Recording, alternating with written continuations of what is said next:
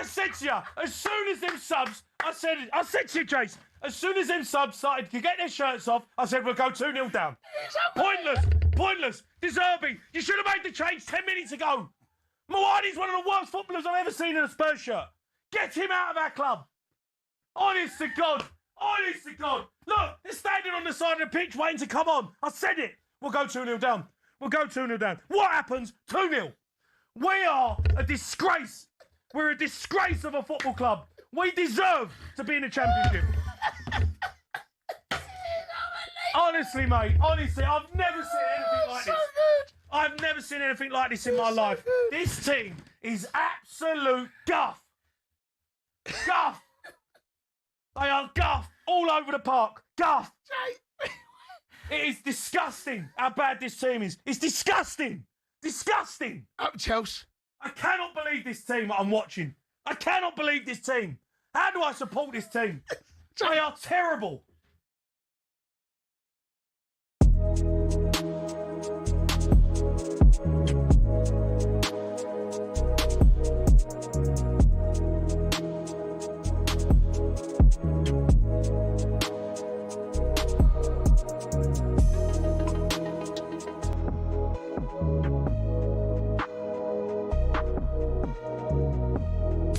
talkSPORT Sports Update powered by the Nissan Van Range. Commercial vehicles built around your business. Search Nissan Vans or head to your local Nissan Van Centre. Good morning with your sports headlines. I'm Will Hobbs. Cast your mind back 3 weeks. Villa were 1-0 down after a chastening semi-final first leg against Nottingham Forest at the City Ground. And this was our Gabby. Buendia, soft player. Not good enough for Aston Villa. Onana, made out of straw. But life for a Villa fan looks very different now. Buendia! Curling one into the top left-hand corner. Buendia, left foot from there, weaker foot, top corner. Freiburg fans are silence of the Villa! Unai Emery's 5th Europa League, of course, and the ultimate good evening. Good evening, really something fantastic. Because Europe, it gave us a lot, and for myself as well a lot.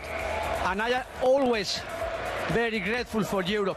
He's now won the competition with Villarreal, Sevilla and Aston Villa. Now the future king was bouncing and gave special credit to the injured Boubacar Kamara for laying the foundation for their success. Meanwhile, what about the play-off final? You can't have a playoff final with a team who got beat in a semi. That can't happen. And all this is because the EFL want their big money spinner, they want their big finish. They need that. The EFL need it.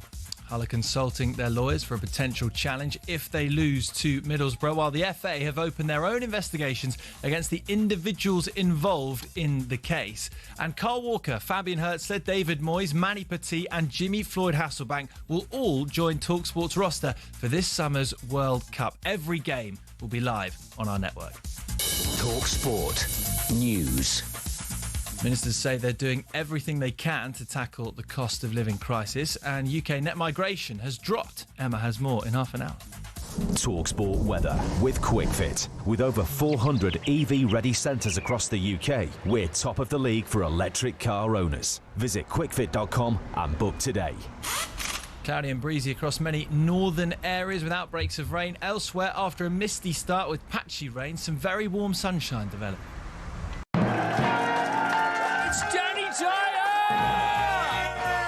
Wig, not wig. It's a nutty canister, either way. I mean, look at the nut on it. Bob Odenkirk! Saul was great. He was just a breath of fresh air. Amelia Clark! Star Wars versus Game of Thrones. Game of Thrones, definitely. I'm loyal. Don't tell me. Alex Hassel! In season 2, a lot of us get our clothes off. You do know you did that in season 1? Exactly, that's true, yeah.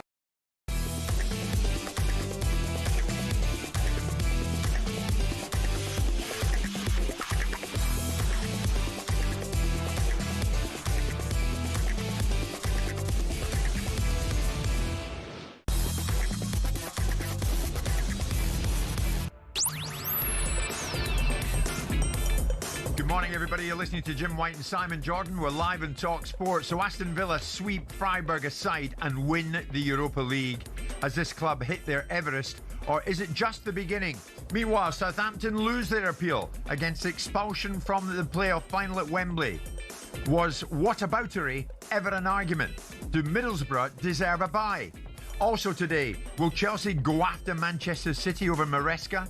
Should the Saudis' commitment to Newcastle now be questioned? Is Martin O'Neill right to double down on his Celtic defence? And from midday we talk boxing as Verhovven looks to shock the world against Alexander Usyk. It's Jim White and Simon Jordan. We're live in talkSPORT. 100% engagement. Jim White and Simon Jordan on talkSPORT. Just looking at a message from Gabby in Istanbul. Jim, I think you and I are the future, mate. Really enjoyed working with you. Oh, you done breakfast, have you? You mean you weren't listening? No. So I'm assuming that you've raised the bar, dragged them up to a level of intellect and understanding by being on this show and giving them a sort of direction of travel for Very much future so. reference. Very much so. Yes. Producer Simeon was absolutely on the ball. Go on, you need to go on to Drive now and get that Punch and Judy show going as well. And we've only just started. Good morning to you. Good morning. Spygate, we're going to get to it very shortly. Dragan Solak, the Southampton owner, on his way to the UK from Slovenia to the UK. Nice. I would have thought none too happy. Kicked out. I mean, you did, nobody expected it, Simon. I don't think you did, not by any stretch. No, I thought it was a stretch. I mean, my reaction sort of remains it's disproportionate. It feels like giving someone the electric chair for shoplifting. But notwithstanding that, it is in the. If you ask 24 clubs in a Football League meeting at the beginning of the season, and the Football League put it on the table and said, if anyone spies on the eve of a playoff final, would you all be in favour of that team being booted out of the playoffs? I think probably all 24 clubs in the room would say yes. So here you are now with background noise saying £200,000 for Leeds, potentially 250 million. They haven't won that 250 million yet. So the potential of getting 250 million seems like a very disproportionate set of circumstances.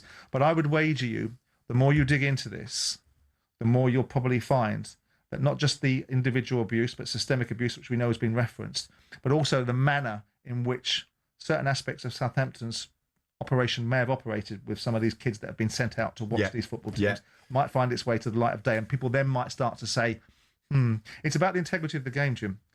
If we look at it in the broadest terms, most people reckon inside football that the material effect of that spying was zero. But the value of the football pyramid in terms of its integrity, underpinning its value in the minds and the veneer of proprietary. We all know that players cheat endlessly on football fields. We all know that probably stuff goes on, but people haven't been caught. But when you start to show a light on the integrity of the sport, whether it's betting, whether it's simulation or players cheating in a game, or football club owners having more than one football club, multi-club ownership coming into play, if it starts to create a situation where it takes away the integrity of the game, all of a sudden the commercial value to sponsors and the perception becomes, and that's why perhaps the EFL have acted. And look, they will argue that they weren't particularly robust in their advocation for expulsion. That they would put because I would have thought the possibility of maybe replaying it and whacking a huge fine on Southampton might have been an alternative. I think all of those things would have been put on the table. And the independent commission came down on this sanction. Well, we now know the FA are investigating it. So we will find out from that. That must be terrifying for everybody. How many others may or may not be involved in Spygate. We'll get to that because it's moving along, it's developing. But now we know at Wembley on Saturday, the Championship playoff final will be contested between Hull, who are already there, and Middlesbrough. Isn't it great though, Jim, though? Sorry to cut you off in your stride, that Chelsea can do a nice little deal for 10 million quid for cheating and for conspiring to alter the circumstances surrounding their opportunities. And they get £10 million fine. Nice little bundle tied up by the Premier League and off you go. There's no problems there, nothing to see here. And Southampton get booted out of the world's richest game. You're right, Simon. You're right. We're going to talk about this further because that actually was part of Southampton's defence. When they came back when they came back to the EFL, to be honest. I think so. Aston Villa's defence wasn't really tested last night in Istanbul against Freiburg because Villa swept Freiburg aside and won themselves the Europa League. Villa's first trophy since the League Cup in '96, their first European title in 44 years since 1982. For Unai Emery, this was the fifth time he has won this competition, now with three different clubs: Sevilla, Villarreal and Aston Villa. There's a Villa in each one of those names. Simon, is it the beginning of something special, do you think? Wes Eden said to me, the co-owner at Wembley years ago, when they went to the Premier League, hopefully this is the start of something really big. We need this club to be travelling in the right direction. It could become one of the biggest in the world. Well, they're kind of going in that direction now. No, because I don't think the framework of football allows it. I think there's an argument, and unfortunately for Villa, in so much of what's gone on in the last few days, which has been Southampton and ultimately Arsenal winning the Premier League, this sort of has been swept into the background.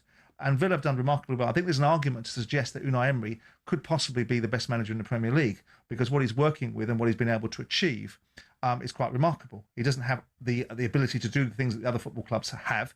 He's gone in there, changed Aston Villa, more than stabilised them. I think he's an absolutely first-class manager, and I'm amazed that one of the bigger clubs, with respect to Villa, who are a big club and a brilliant club, haven't tried to take him. Yeah. Villa are a brilliant football club, and yes, there was a brilliant achievements. And so with all that in mind, going to your original question, how can they do it? Yeah. Because the more these football clubs get more powerful, the Manchester Cities, the Liverpools, the Arsenals that are already seeded in £500 or £600 million turnovers, how can Villa get to that level? And every time they get nearer to it, then the goalposts shift, and Manchester City get bigger commercial deals, or revenues get distributed in coefficients in the Champions League, which benefit the Man Cities and the Liverpools and the Arsenals of the world.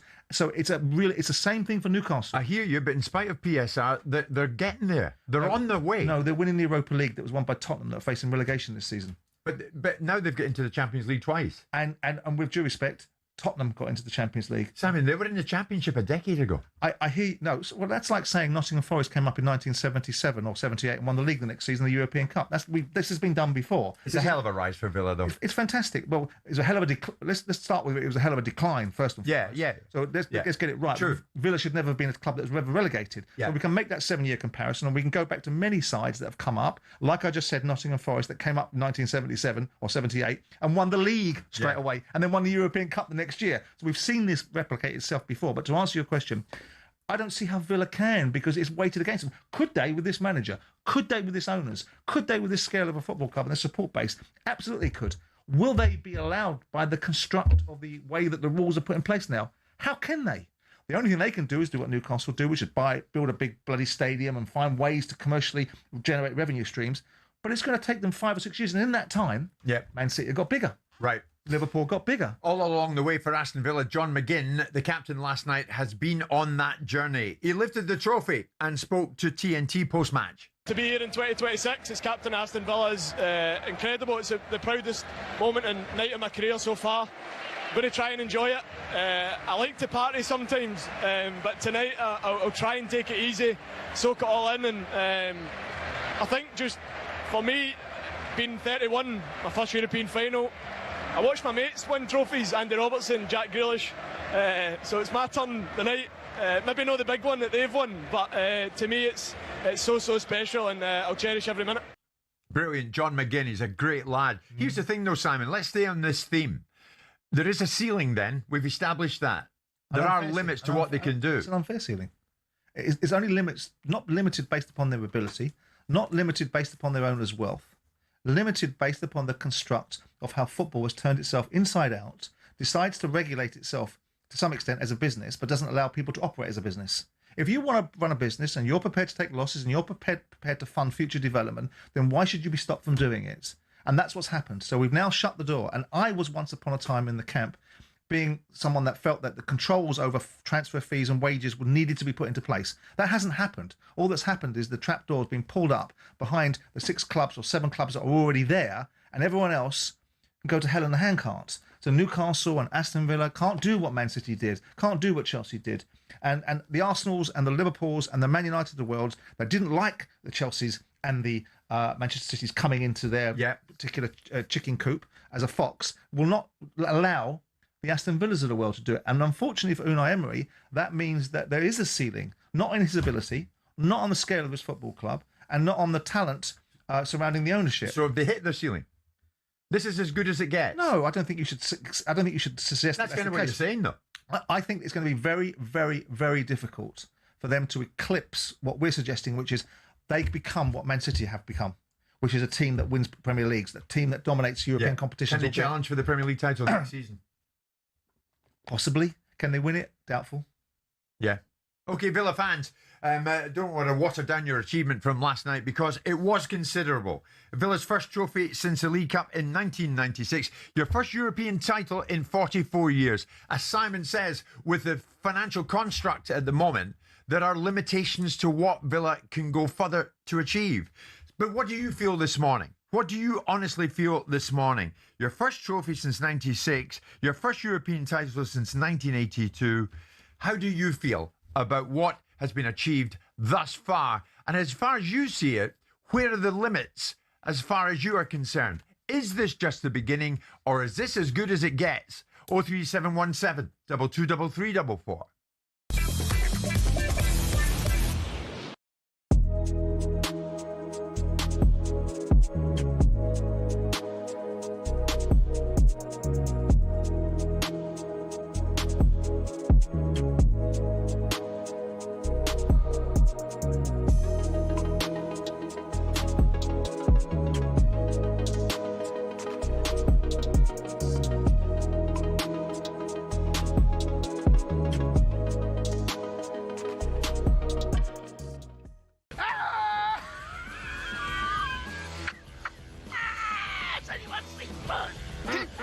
Spurs. You're about to win hell of a beating. Can you hear me? The Europa League champions do me a favour.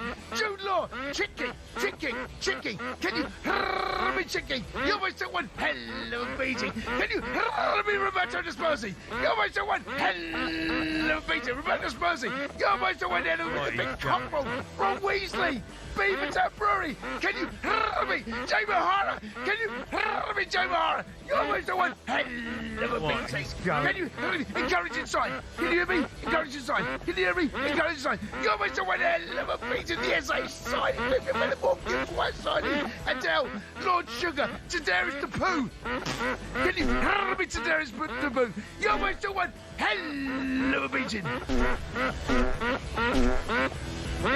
Tadarius Tapu. Tadarius Tapu. Tadarius Tapu.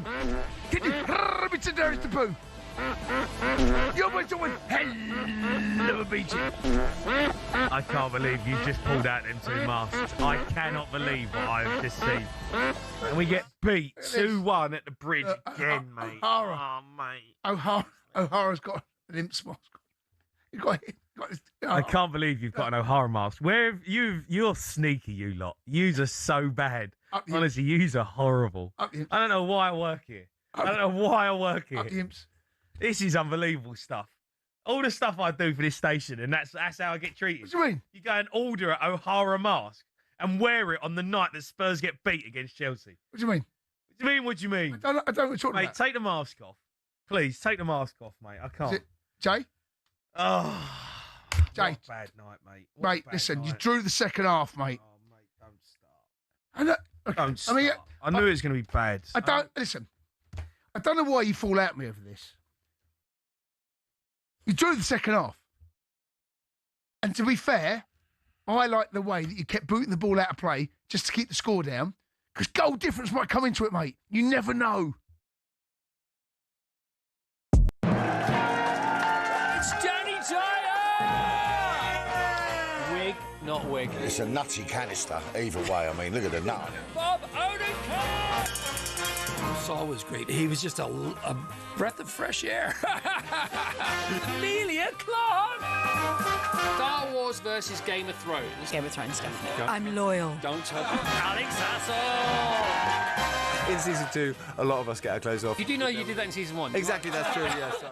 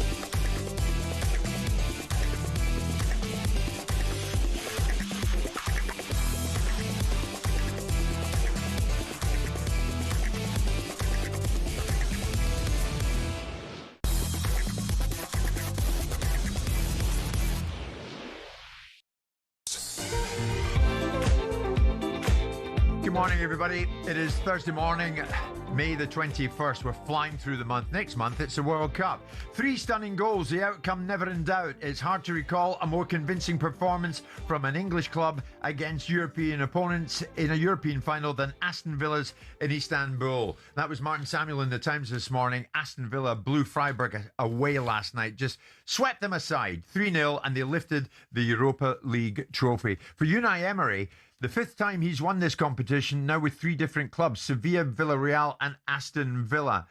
This was Emery when he walked through the front door, though, at Villa Park back in 2022. My dream is to win a trophy with Aston Villa.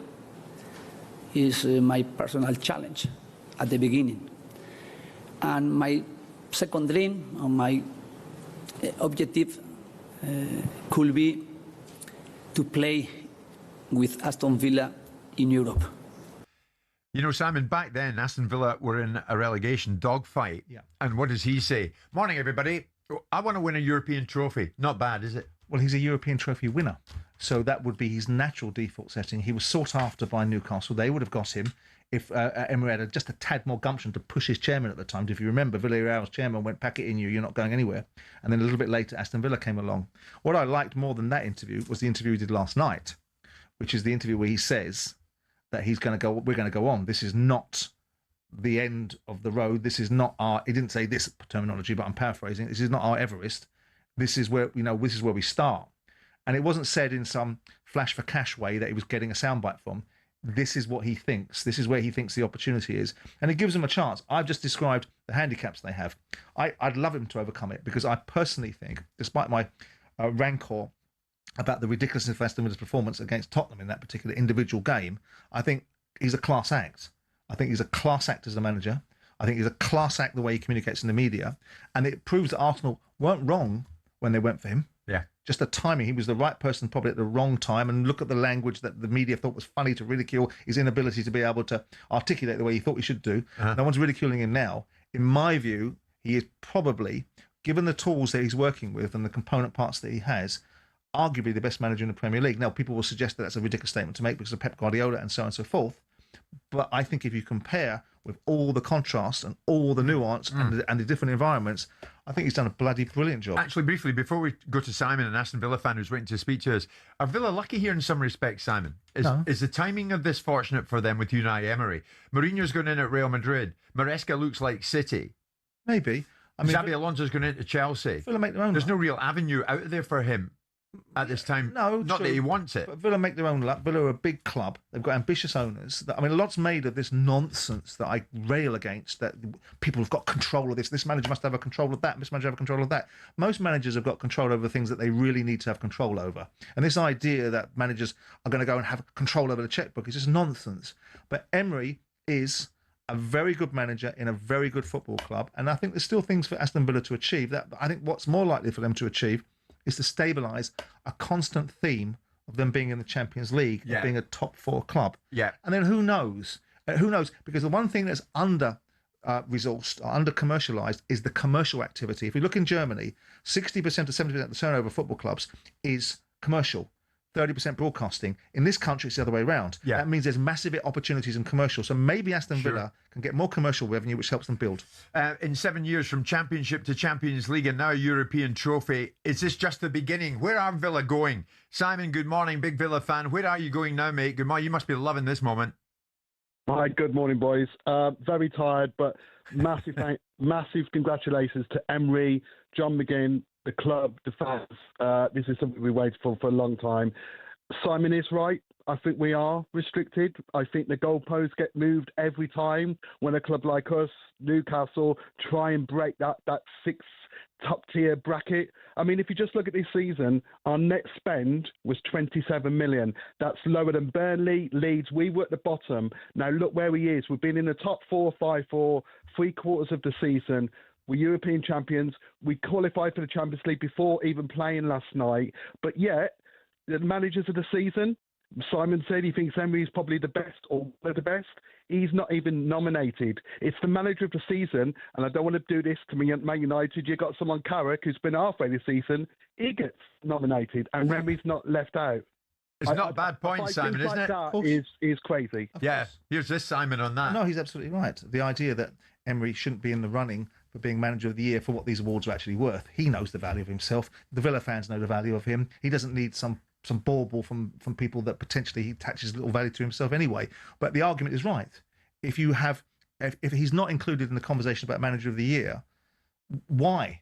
I mean, Villa have punched massively above their current weight, not the scale of the football club, but the economic weight they have in comparison with other teams that they're doing better than. Yeah. And to win the second tier of European trophies is pretty bloody good. Yeah, not bad at all. Sean, I think you'd agree, big Villa fan. Good morning. Where do you go from here, do you think, Sean?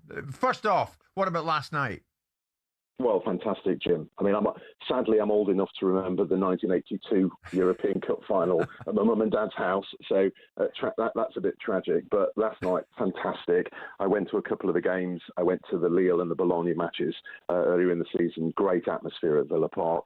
Where do we go from here? Well, Simon, you've nailed it, haven't you? It's these kind of completely artificial constraints in terms of being able to challenge for the Premier League. What is that all about? I really don't understand it. People talk about us as if, you know, all these financial issues at Villa, as if we're sort of on the brink of administration, when in fact it isn't. It's this sort of artificial construct. Yes. So I mean, look at what Emery did. I echo Simon's comments about, you know, the manager of the season thing and what a nonsense that is. But look at that wider context of what happened in the new year at the window. You know, we kind of brought in Dougie Luiz back from a failed loan at Forest. Yes, we brought back Tammy Abraham. He's a £16 million striker in Turkey. You know, you're not going to win the Premier League. And then Kamara, McGinn, Tielemans, all out, and look what he was able to achieve. Sure, it's a staggering. Sean, great points from you, Sean. Good to hear from you. Good to hear from Tom, who's a big Villa fan as well. Tom, take us to 10:30. Good morning, mate. Where are you at with last night, and going forward, what do you think? Morning, gents. I was ecstatic last night. I was at Villa, and it was an incredible atmosphere there, even at the ground, not in Istanbul. Yeah. It was just amazing. I think, in terms, I was wanting to touch on Emery. I think that the way he conducts himself against a lot of other Premier League managers, I think only in terms of Pep, they're kind of similar. They're very humble. They don't complain about referees all the time. And I think that speaks to the ethos of Villa. I think we're just like a well-run club. And finally, I wanted to just make a point on the Middlesbrough-Southampton game. I think that what they probably should do, actually, is just let Middlesbrough play the game at home before the final, and then go from there. So Middlesbrough just have a home game, they play one more game, and then go on to the final. Whoever wins that game. Okay, Tom, I think that ship has sailed, mate, because Middlesbrough are getting ready for Wembley. We will get to that. Simon, a lot for us to get through between now and 1 o'clock. 1 o'clock of that, there is no doubt. And we will be getting stuck into a bit of boxing later on this morning. It's Jim White and Simon Jordan. We're live in talkSPORT with Selco, where the trade goes.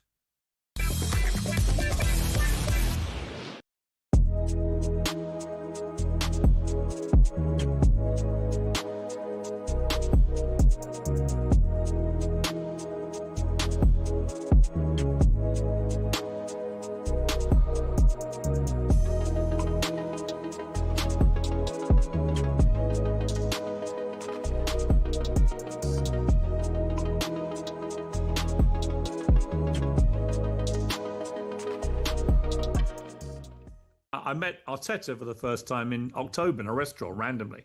And I said to him, we're going to win the league because you've got the squad now that you've wanted. It's your vision. These are your guys. They play with your values. And I am certain we're going to win the league. And, you know, this is all on Mikel Arteta.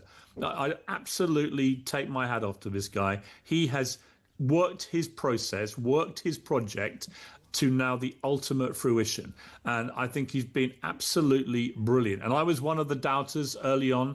First 2 seasons, we lost 13 league games each season. I was one of those thinking he's too young, it's too early for him, it's too big a job. And then I remember like early 2023 doing a whole apology in the Sun to Mikel. And from that moment on, for the next 3.5 years, I've absolutely bought in to what he's doing because I could see what he was doing. And I just think Mikel Arteta, I want a statue, at least one statue of you, and I want a second statue of that idiotic Manchester City fan who did the bottle stunt, because he must be feeling like the biggest mug in Britain right now.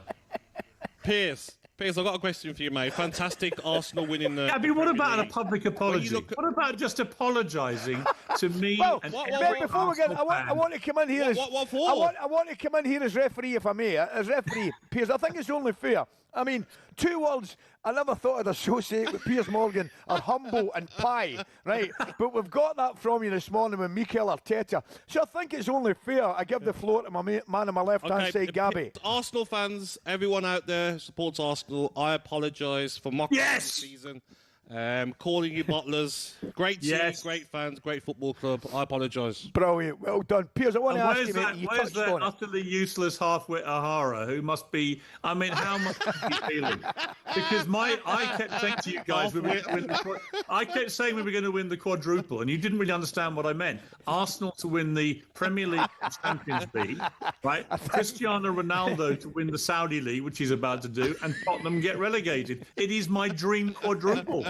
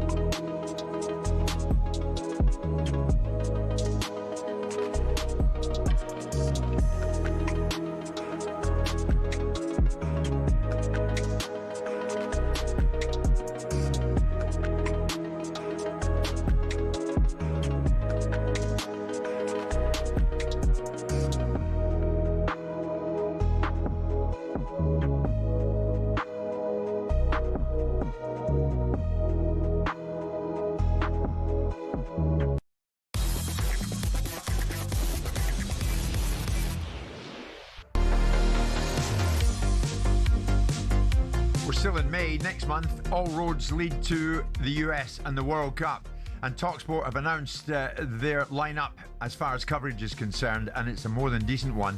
Features two current Premier League managers, Everton's David Moyes, Brighton's Fabian Hürzeler. You're going to hear from Fabian after he spoke to me the other night at the Player of the Year Awards at the Amex. They'll be joined by recently retired England defender Kyle Walker, and also World Cup winner Emmanuel Petit. We'll also have former Netherlands striker Gareth Southgate's assistant coach in the past, England's Jimmy Floyd Hasselbank, and goalkeeping legend Brad Friedel, plus England legend Stuart Pearce and Scotland assistant manager Mark McGee.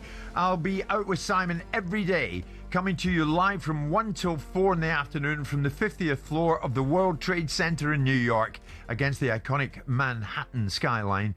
And we'll have teams across the three countries, so you will not miss a trick. All the action from 104 matches coming your way live on talkSPORT. Wowzer. We're live on talkSPORT this morning, also live on your TV, even Prime Video. Wherever you want to watch this show, you can do just that. Just had a message from Southampton owner Dragan Solak, who's heading to the UK. Southampton lost their appeal against expulsion from the Championship playoff final. So Wembley on Saturday is going to host Hull against Middlesbrough, which is live on talkSPORT. This is all about spying and Spygate, and Southampton have fallen foul of it. The future of the Southampton head coach Tonda Eckert is now seriously in doubt. He could face charges from the FA, a possible ban. He might get sacked. Southampton's statement: we apologise once again to everybody impacted by this. We fully acknowledge the seriousness of the matter and the scrutiny involved. The club has consistently believed the original sporting sanction was disproportionate. And they go on to say Southampton Football Club has a proud history and strong foundations, but it's clear that trust now needs to be rebuilt. That work starts now. So Southampton are going through it at the moment. So too is the chairman, so too the manager, so too the players, so too the fans. Stefan Borson, football finance and legal expert, joined Simon and myself in studio this morning. Stefan, good morning. I don't know how to start here. What have we got ourselves here? I think it's the consequence of a bit of a for me an overreaction, but I think partly a storm. We just need to contextualise what's actually happened here compared to the Leeds situation in 2019. And people can say there's a new rule, and we discussed it last week. I explained that it was more serious because there is a specific rule.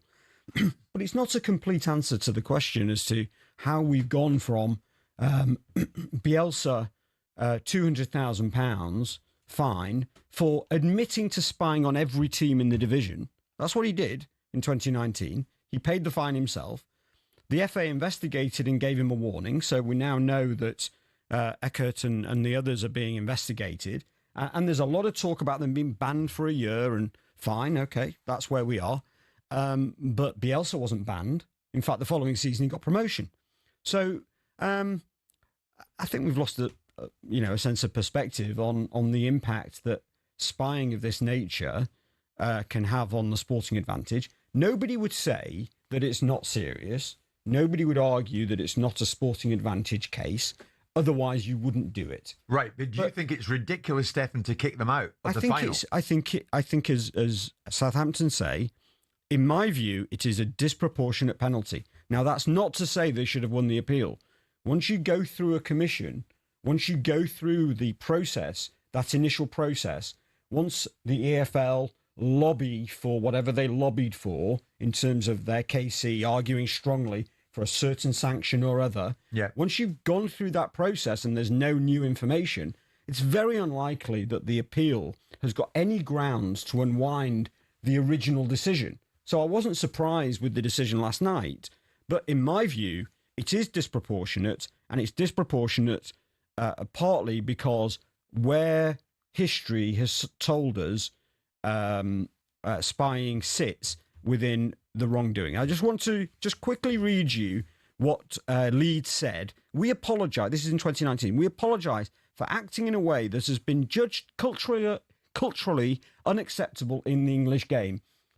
I think their suggestion there was that this is just a kind of storm in a teacup, even with their £200,000, and it's fully accepted everywhere around Europe that this is just what happens, and that Bielsa's done nothing wrong, and we broke no rules. If that was the case in 2019, how do we get to 2026, where they're just chucked out and also given 4 points? But we've got to where we've got to, Stefan, with respect, because there has to be seen to be a deterrent. Well, they said in 2019 the £200,000 fine was a deterrent. And you can throw up, there's a new rule. But are we saying today that if we find out tomorrow that one of the teams in the Premier League has been spying all season, that because there's no specific rule, that we just charge them £200,000 in line with Leeds? Or are we saying that it doesn't matter whether there's a specific rule, because there's the duty of utmost good faith, which is a catch-all for bad behaviour, and you can punish them? So the specific rule... Case, what punishment would fit the crime then? I think serious. It's a serious offence. I accept that. What it's punishment? A sporting sanction. I thought 6 points maybe might be the right amount. Now, look, there's a technicality, which there's been a lot put on the fact that the playoffs are technically, in the rules, a separate competition. They are a knockout competition with their own wrapper, their own rules, their own prize. That prize happens to be... Right, so a points deduction doesn't work. Not in this case. To an extent, but you have to look at it in the round. And I do think something other than the most serious penalty possible added on to the fact that they've also got 4 points next season. To me, it is over the top.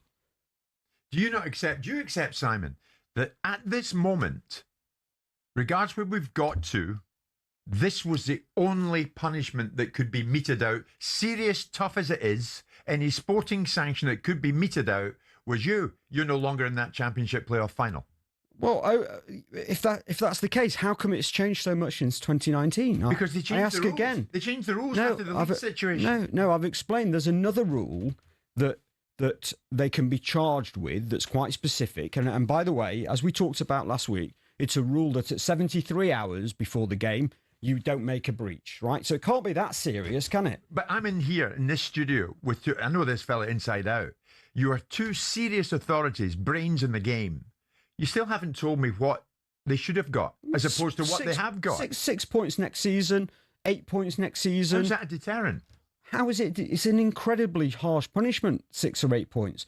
We've lost sight of the fact that 6 points is a big deal. Could that be carried? Could that 6 or 8 points be carried into the Premier League? Well, they could ask for it to be. I don't know if the Premier League would have accepted because it would be pointless otherwise. It would be a sanction without consequence. And of course, the material benefit to Middlesbrough is nothing in this instance because they're the offended party. My vantage point would have been, and of course it's constrained by time and it's constrained by the commercials, and I can suggest to you the commercials and the corporates and the broadcasters were more prevalent than the time element, that the tie should have been replayed.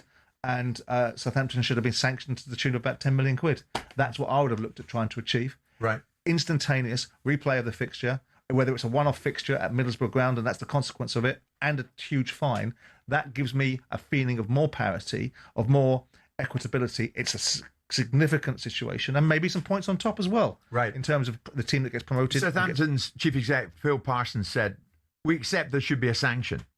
He says, Luton Town's 30-point deduction in 2008-9, to date the most severe sporting sanction in the English game. It was levied against a club already in League Two. He says Everton's eventual 6-point deduction in 23-24 followed losses of 124.5 million quid, a figure dwarfed by what has been taken from Southampton in a single afternoon. He says the largest penalty ever levied by the Premier League against Chelsea in March this year, 10.75 million. Chelsea, 11 million quid we'll call it, was accompanied by no sporting sanction whatsoever. So whataboutery is coming out from Southampton? Yeah, because that's the best they can do. There's nothing wrong with their announcement in terms of setting out the fact that there are some more strenuous penalties. Well, first of all, they haven't lost £200 million.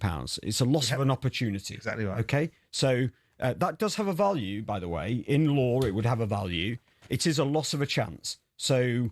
But it's not a loss of £200 million. And they back themselves to take that chance, though. Well, they can back themselves all they like. It's a 50-50 game. It's a deal or no deal. One box has nothing in it, and the other box has 200 million in it. Correct. So I don't buy that they've lost £200 million. They haven't. But it is still a very, very severe punishment, in my view, relative to the issue with spying, the sporting advantage that could be gained potentially. There's no question, as I said right from the start, the only reason you go and spy is to gain a sporting advantage. Therefore, sporting sanction should follow because sporting advantage should be inferred. How quickly was the commission put together to adjudicate Leeds' offence? Because I think what plays a part in this and the overreach and the overreaction is the timelines and the hysteria and the noise. And so this putting together of a panel very quickly. I'm not suggesting they're not competent, but I think if there were a time element to this, I think you might have found that there would have been a more conservative response to it. Well, I think it's more about the heat that's been built up. That's my point. In this sort of the timing, because it's so urgent. Yeah. Who's built up that heat? Well, everybody. Partly people in this room, partly people outside in what do you mean people in this room? In this building. The media. The noise. Oh, come on. I mean, we know people in this building. We've got some, this is part of the problem that Southampton have had, is that Middlesbrough and the general social media barometer of this situation has felt it was a very, very important breach, and therefore we've ended up with this kind of... So the EFL, Stefan, have been influenced by the heat that's been built up by the media? I think 100% they've been influenced. Absolutely. Because how else do you explain... Who governs the game? Who else? Not the media. Okay, how else do you explain the difference between the approach taken in respective leads? So why have they done what they've done? Public opinion changes everything to some extent. Noise changes everything. It changes government. So there's no reason to suspect it wouldn't change perspectives inside an organisation such as the EFL. So I think that's probably a fair characterisation of it. It was not only the media that created heat. Steve Gibson was creating heat. Well, there you go. But why was he creating heat? Because he knew he could influence the conversation and the temperature, and it worked. He did a great job. The interesting thing is, and you also have to look, with all due respect, at Southampton bleating, they handled it appallingly. They could have managed Steve Gibson. They could have managed Gibson. They decided to make statements like Lone Wolf and all this sort of stuff when they perhaps said different things to him face to face. They could have managed the optics by... Do you think Gibson would have dropped hands? I think he might have been less robust about it, and less affronted by the fact that they had time to make statements to the media, but not time to respond to letters. Right. And I also think that perhaps Southampton internally could have done some optics that might have showed that Danny alluded to yesterday. I sort of poo-pooed, but I think he's probably right in retrospect about some contrition, which is fire the manager, acknowledged the seriousness of the circumstances, and maybe created perhaps a little margin of discussion about the fact that Southampton took it seriously. Take a very quick break. I'm going to jump in. We're coming back after this, so because all sorts of questions remain unanswered. Like Middlesbrough, are they not fortunate to be at Wembley on Saturday? Of course they are. Do they recognise that? Probably don't bother, do they? Because all roads lead to Wembley for Middlesbrough, where Hull have been waiting for either Southampton or Middlesbrough. It's incredible, isn't it? We're live in talkSPORT with Selco, where the trade goes.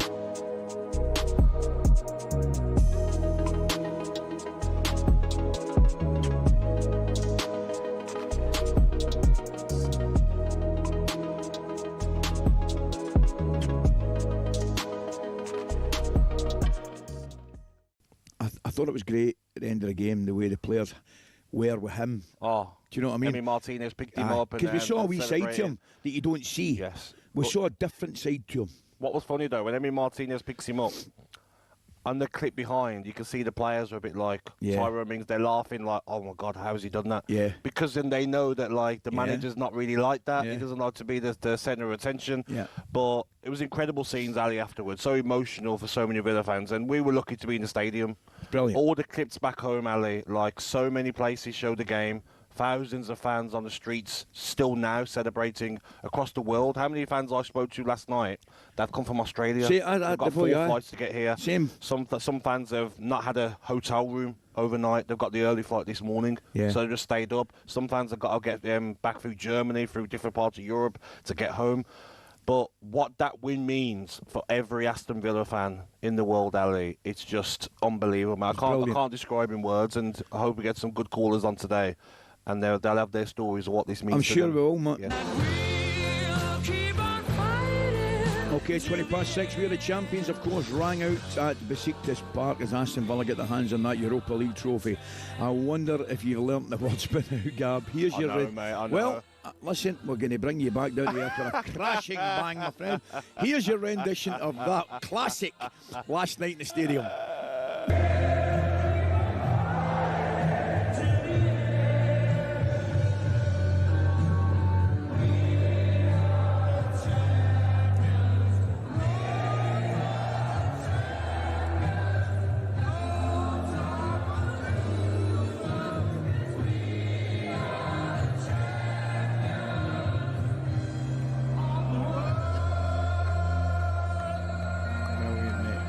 Fantastic. Good on you. I was just... Hilarious, mate. I met all the Villa fans before the game, man, and they were brilliant, Gabby. Brilliant. Older gentlemen, young boys. Ali, there's been no incidents.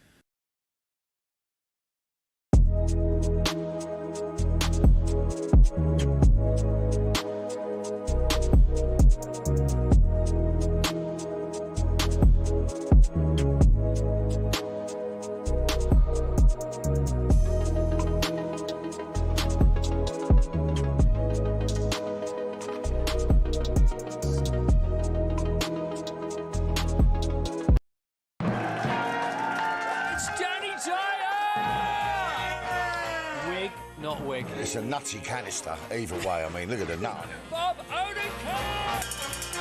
Saul was great. He was just a breath of fresh air. Amelia Clark! Star Wars versus Game of Thrones. Game of Thrones, definitely. Go. I'm loyal. Don't tell Alex Hassel! In season 2, a lot of us get our clothes off. You do know you did that in season 1. Exactly, that's true, yes.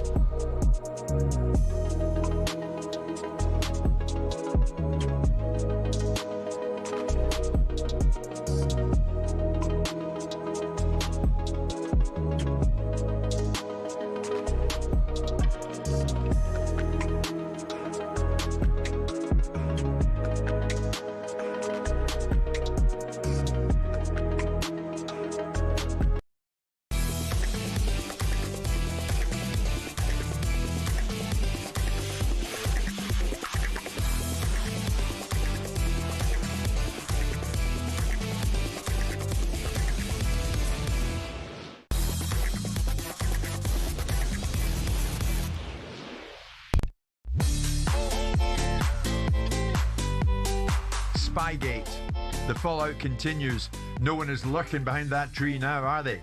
Southampton have paid a heavy, heavy price, and they have been kicked out of the Championship playoff final at Wembley on Saturday against Hull. And Hull will now face Middlesbrough, who Southampton polished off over 2 legs at the semi-final stage. And the final, of course, said to be the most lucrative game in world football. What is it, Simon? About 200 million quid? If you win it, yeah. Involved in that. If you win it. If you win it. So the fallout from this goes on and on. Southampton could now face legal action, could you believe this, from their own players over a loss of earnings after their disqualification for spying on other teams' training sessions, and that was upheld by the league arbitration panel. How far is this going to go then? Stephen Borson in studio with myself and Simon this morning. Stephen, this has caught us all by surprise, and it is running and running, developing. What is your thought on that? That the squad, the players, taking legal advice on whether or not to pursue a case against their own club for loss of earnings. Have they got a case? Again, it's a loss of a chance. So let's go back to what we talked about before. There's no certainty that they were going to get their big bonus for promotion or the wage increase next season. So there's no certainty, but there is a substantial chance that has been if they've got bonuses to get to the playoff final, that will be solid. Yeah, that will be solid, but it's probably pretty small in the grand scheme of things. The slight problem they've got is, did they know anything about spying? I mean, they have talked quite a lot in the media about how wise their manager was about what might happen in games. So the question is whether they were aware as to some of the methodology of the coaching team. If they were, then that obviously is going to be a major impediment to them being able to state that they are victims what a fascinating Spanish Inquisition that would be amongst their internal management, asking the players to suggest that they perhaps knew themselves already to make their own case to sue their own club. Well, the players have got to, Sam's got a point. The players have got to prove that they weren't complicit. Yeah, and you know, I think cross-examination could be quite interesting if they ever did get to that point. Absolutely. Obviously, also the PFA's involvement is interesting because are the PFA going to stand up for one bunch of players versus the other 23 in the league? You'd think that they would find that quite a difficult situation to be in. I'm not sure they're going to be on their own, but the PFA are in a bit of a slightly conflicted situation there. I think they'll find some ambulance chasers to help them, I suspect. Yeah, no, there are. Well, I mean, I will chase an ambulance for them if they pick up the phone, no problem. Have Hull got a case here, Stefan? Is there a case for Hull to be promoted automatically? The Hull owner, Atuna Licali, has revealed that his lawyers are investigating whether a playoff final can be cancelled. I don't actually think it's absurd as it sounds. I agree with you. Right. Yeah, okay, so let me explain why. The announcement from the Commission did not say we award the first leg 3-0 to Middlesbrough, and therefore the overall aggregate score is Middlesbrough go through. Yeah. In fact, it didn't mention Middlesbrough's position. We expelled Southampton. It said we expelled Southampton. And if you look at the Swindon case where they were expelled from the EFL Trophy, likewise, it didn't say we expel Swindon and Luton go through. However, that is what happened in the coming days. And that has been the practice, that in cases where a team has been expelled, the team that they were playing against goes through. But there is an argument to run, and I don't think there is time to run it, but I think there is an argument to run that says Middlesbrough are out, Millwall are out. So there is nobody left in this mini competition that we're talking about. There is nobody left for Hull to play. So there is no playoff final, and Hull legally have an argument that they could go through. Now, So as I say, do they run that? Is that an argument they run if they were to lose this playoff final? well, I think they'll lose their opportunity to run that argument. I think effectively, if they are going to run that argument, they need to run it. Well, they are.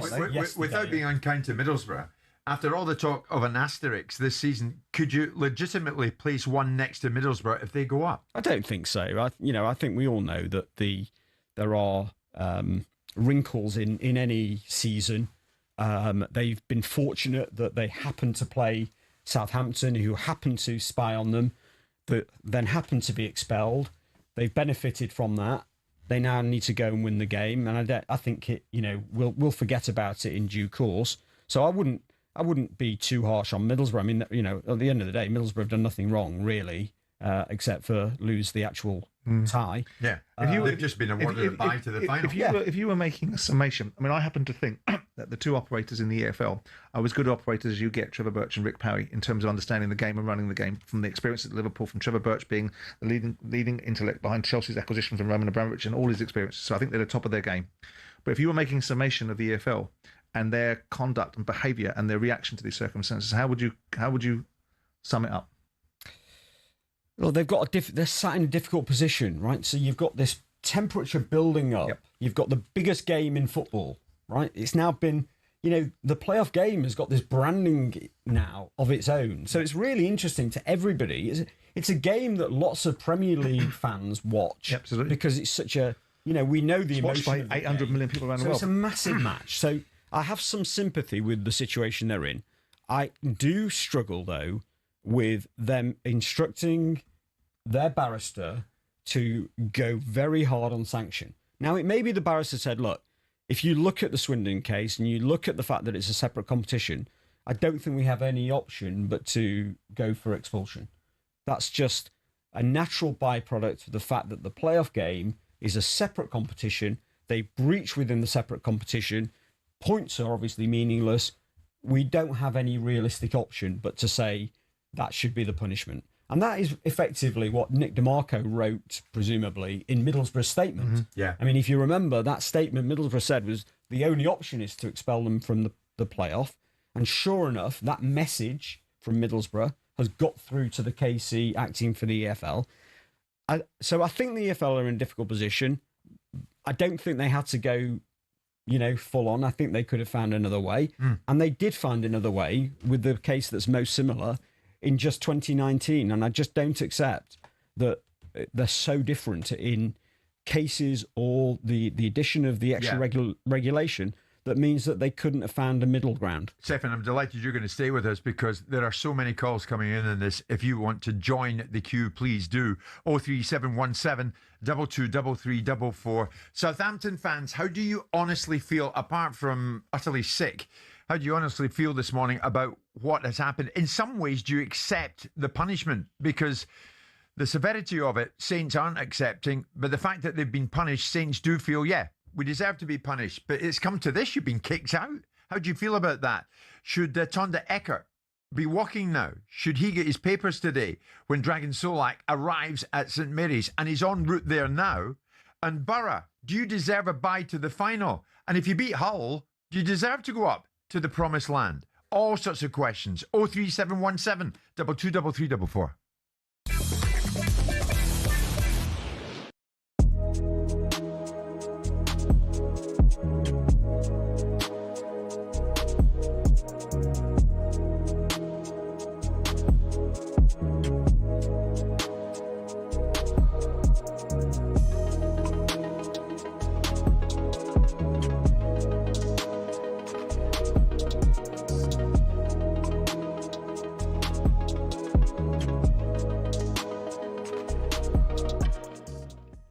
is, though, with Villa, right, Unai Emery is the man. He is, like, he has full control over everything. Transfers, youth club, there's no one telling him what to do. And, like, there's been rumours about him going to Madrid. Can you imagine him going to Madrid, mate?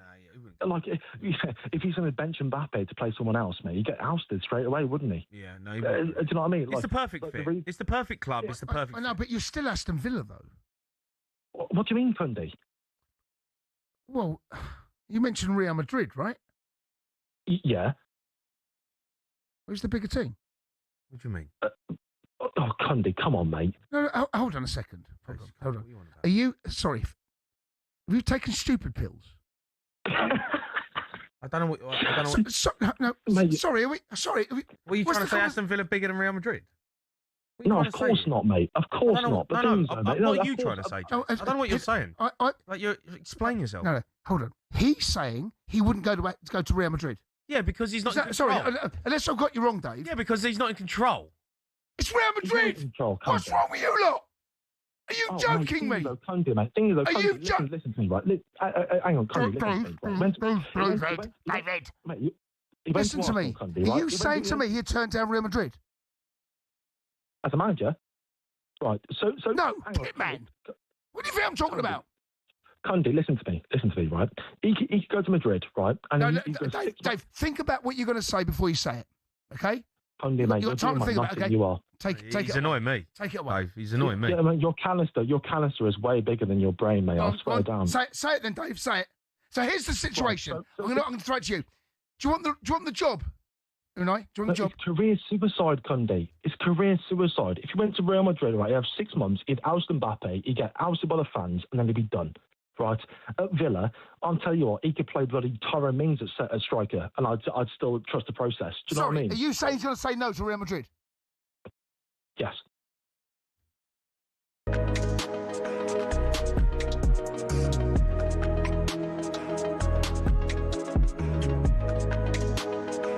talkSPORT Sports Update, powered by the Nissan Van range, supporting van owners to get the job done. Search Nissan Vans or head to your local Nissan Van Centre. 3 minutes past 11, here are your sports headlines. Villa in dreamland this morning. An open-top bus later in Birmingham following an Aston Bull demolition of Freiburg last night. The day before, the England squad gets announced. Gabby Agbonlahor says Morgan Rogers is a certainty for the starting 11. I think he's going to be one of our key players for the tournament, and the Thomas Tuchel loves him. Unai Emery has played him in every game this season. He hasn't been rested once. I think he's going to be a big part of what England do in the World Cup, Jim. How far can Villa go now? Is their progress insurmountably hamstrung by PSR? The only stumbling block is going to be what Villa can spend. Aston Villa spent the least last summer, Jim. All the promoted sides spent more. Burnley spent more than Aston Villa. Simon Jordan says it will take 5 to 6 years for Villa to catch up with the top clubs, and by then the goalposts would have shifted. Meanwhile, how has Unai Emery not been nominated for Manager of the Season? Villa have punched massively above their current weight, not the scale of the football club, but the economic weight they have in comparison with other teams that are there doing better than. Yeah. And to win the second tier of European trophies is pretty bloody good. Meanwhile, regarding that playoff final, Tonda Eckhart has arrived at Southampton training, with the club now under a separate investigation by the FA. Hull City, meanwhile, we understand, are consulting lawyers as they consider whether to sue if they lose to Middlesbrough. talkSPORT's Adrian Durham is adamant the Wembley show must go on. You're filling Wembley Stadium. It's one of the great days. Yes, half the stadium is one colour, half the stadium another colour. It's an unfortunate situation, but it isn't the EFL's fault. It's Southampton's fault. The playoff final will be live on talkSPORT. talkSPORT News. Net migration to the UK almost halved in 2025, and there'll be free bus travel for children in August to relieve the cost of living pressures. Emma has more in half an hour. talkSPORT weather with QuickFit. Our expert technicians can't do your spring cleaning, but they can keep your car's inbuilt safety tech in top nick. Visit quickfit.com and book today. Cloudy and breezy across many northern and northwestern areas with outbreaks of rain. Elsewhere, some very warm sunshine developing. It's Danny Tyler! Wig, not wig. It's a nutty canister, either way. I mean, look at the nut. Bob Odenkirk! Saul was great. He was just a breath of fresh air. Amelia Clark! Star Wars versus Game of Thrones. Game of Thrones, definitely. Go. I'm loyal. Don't tell Alex Hassel! In season 2, a lot of us get our clothes off. You do know you did that in season 1? Exactly, that's true, yeah.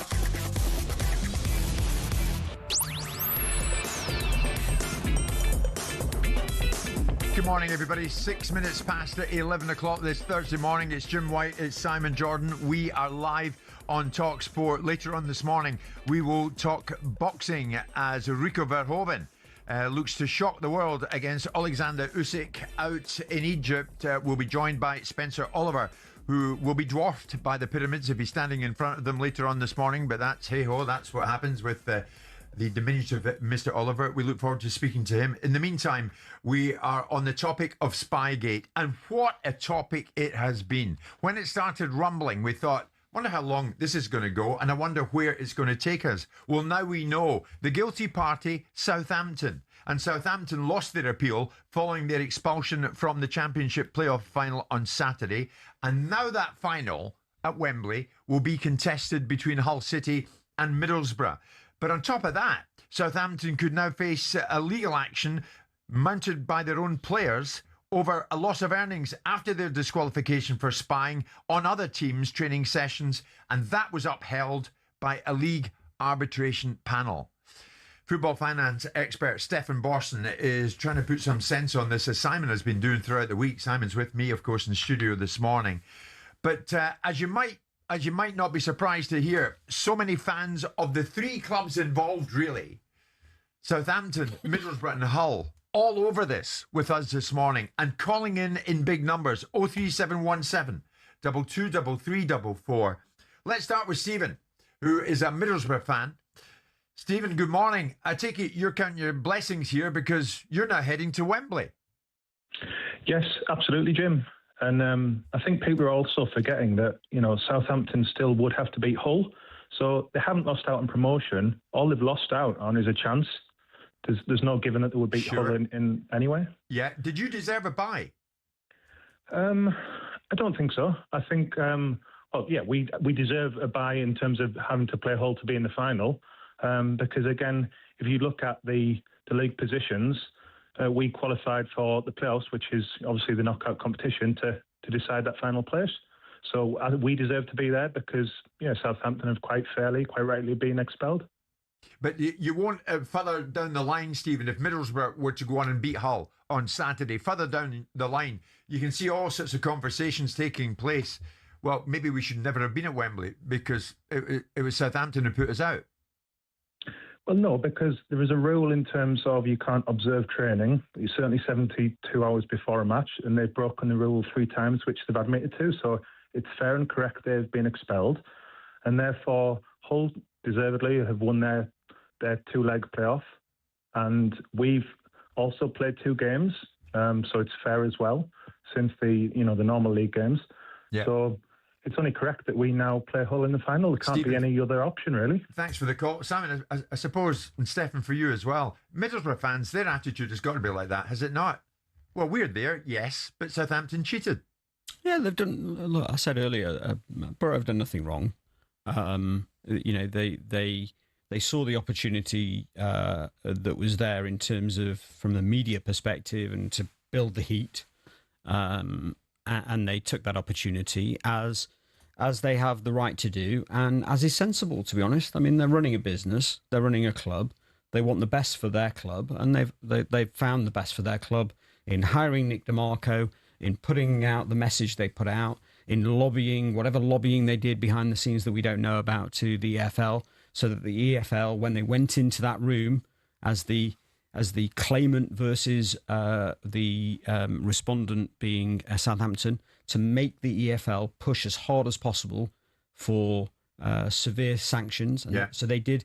I think Middlesbrough and their ownership did their job. Board did their job. And you think that every other owner would have acted in the way that Steve Gibson acted. Absolutely. In fact, they may not have done, but that's their problem. I mean, he's done a great job for the fans of Middlesbrough, and they've got nothing to be ashamed of. Gareth is a Derby fan. You want your say on this. Gareth, good morning. What do you want to tell us? Yeah, good morning. Yeah, I'd like to give an alternative view on the treatment given to Southampton. A lot of people have said that it's harsh, but I think they've got off lightly in actual fact, because it's natural that they should have been excluded from the playoff competition because they were found to be cheating and admitted it. And then all they've got is a 4-point penalty when they've also been found to be cheating in the main EFL season because they've admitted it on 2 occasions. Now, how do we know that they weren't also spying on the rest of the games when this new manager came in? Because nobody knows that. I mean, they could have been spying when they played Derby County at the end of the season and we lost 2-1 at St Mary's. They could have been. If you'd been looking more closely, someone might have been behind a tree, Gareth. Stephen, what do you think of that? Well, 2 things. First of all, they haven't been charged, and there is no evidence that they've spied on other teams. So the idea that we should punish them on the off chance that they did spy on other teams. Oxford and Ipswich, they did. Yes, of course, and they've been they've been penalised but for those no further two evidence. games. Yeah. There's no evidence that it was in every game, but in any event, I go back to the admission made by Bielsa in 2019 that he'd spied on every team, and no doubt he'd spied on every team over a number of seasons. And it wasn't a big deal in 2019 for some reason. And now, of course, apparently Southampton have got lucky by being thrown out of the playoffs and a 4-point deduction. I just can't match those 2 things. Let's head to Chris, who's a Southampton fan. Chris, good morning. Do you deserve to be kicked out of Wembley at the weekend?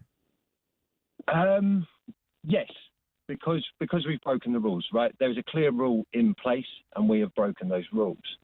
I think my biggest grievance is potentially with the EFL, and like they have created this mess. I'm not sort of condoning what Southampton have done, but you have this rule in place and you have no sanction for it. Now, if we played an ineligible player, the match is forfeit, right? So if essentially if they said, right, if you're caught spying or whatever it is observing, then that game is forfeit. Now, if this would have been a really easy way out for them, because it wouldn't affect the Oxford result, it would have affected the Ipswich result, but it wouldn't have changed the league positions, and therefore you can carry it into the playoffs because it's a sanction for that specific game, right? Yeah. So in that we lose that 3-0. Ultimately, then we lose on aggregate, and it's a very clean way out for everyone. But instead, I don't actually know what we've been, how we've been expelled. Chris, let's put your points to Stefan. What do you make of what he said, Stefan? No, I think a commission is capable of assessing the circumstances of a particular case of spying and lots of other things that also don't have specific penalties associated with them, and assessing what a fair penalty should be based on the submissions of the parties and based on the evidence that's put before them. I don't think it needs a specific sanction guidance, because I think you need to be flexible to look at the circumstances of what has occurred. And that is, in fact, why, set against the precedents that are there and set against what actually occurred, that is why I don't believe that this is as serious as has been penalised. But, of course, you can have a tariff for absolutely everything. If you can think of the potential breach, of course you can put a catalogue of things that you specify. But it's not necessary. Okay, Chris, before you leave us, yes or no, Tonda Eckert, does he deserve to go? I think he's got to. I'm sorry, but it's whether you call it naive, call it a culture thing, whatever it is. He's brought this on the club. Ultimately it comes down to cheating, but he's cheated our fans. Like, he's cheated us. I've lost the opportunity to take my little boy to Wembley to see Saints potentially win. I waited 40 years to see Saints win at Wembley in the playoffs a couple of seasons ago.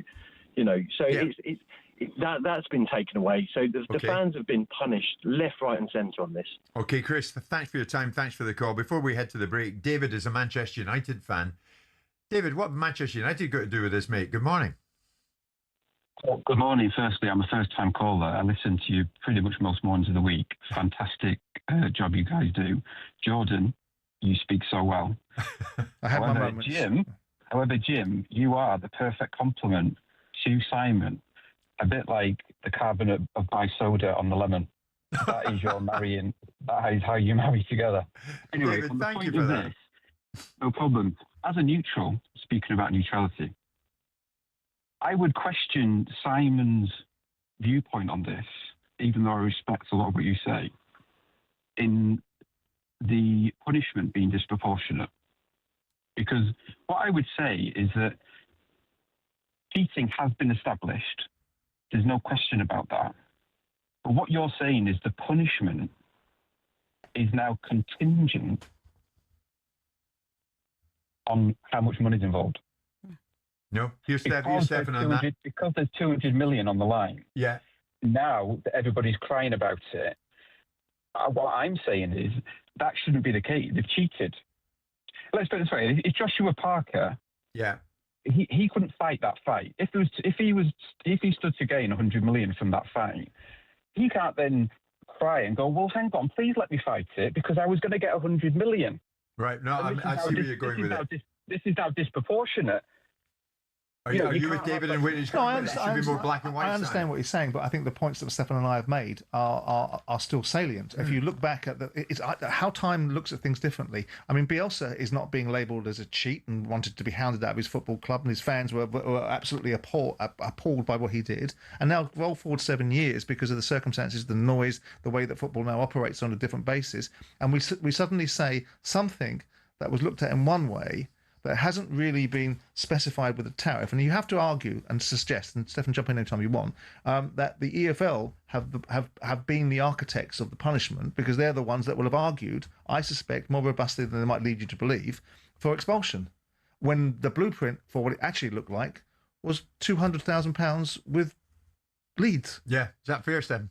I think there's two things. First of all, I think it'd be a really interesting exercise to go back and look through the autobiographies of all these managers and then these biographies of all these managers and just see how many times spying was mentioned, maybe even in the days of Sir Alex Ferguson and other people. What's your second point? I just wonder whether that's the case.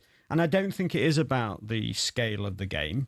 I think that's obviously pertinent in terms of the temperature of the situation. Of course.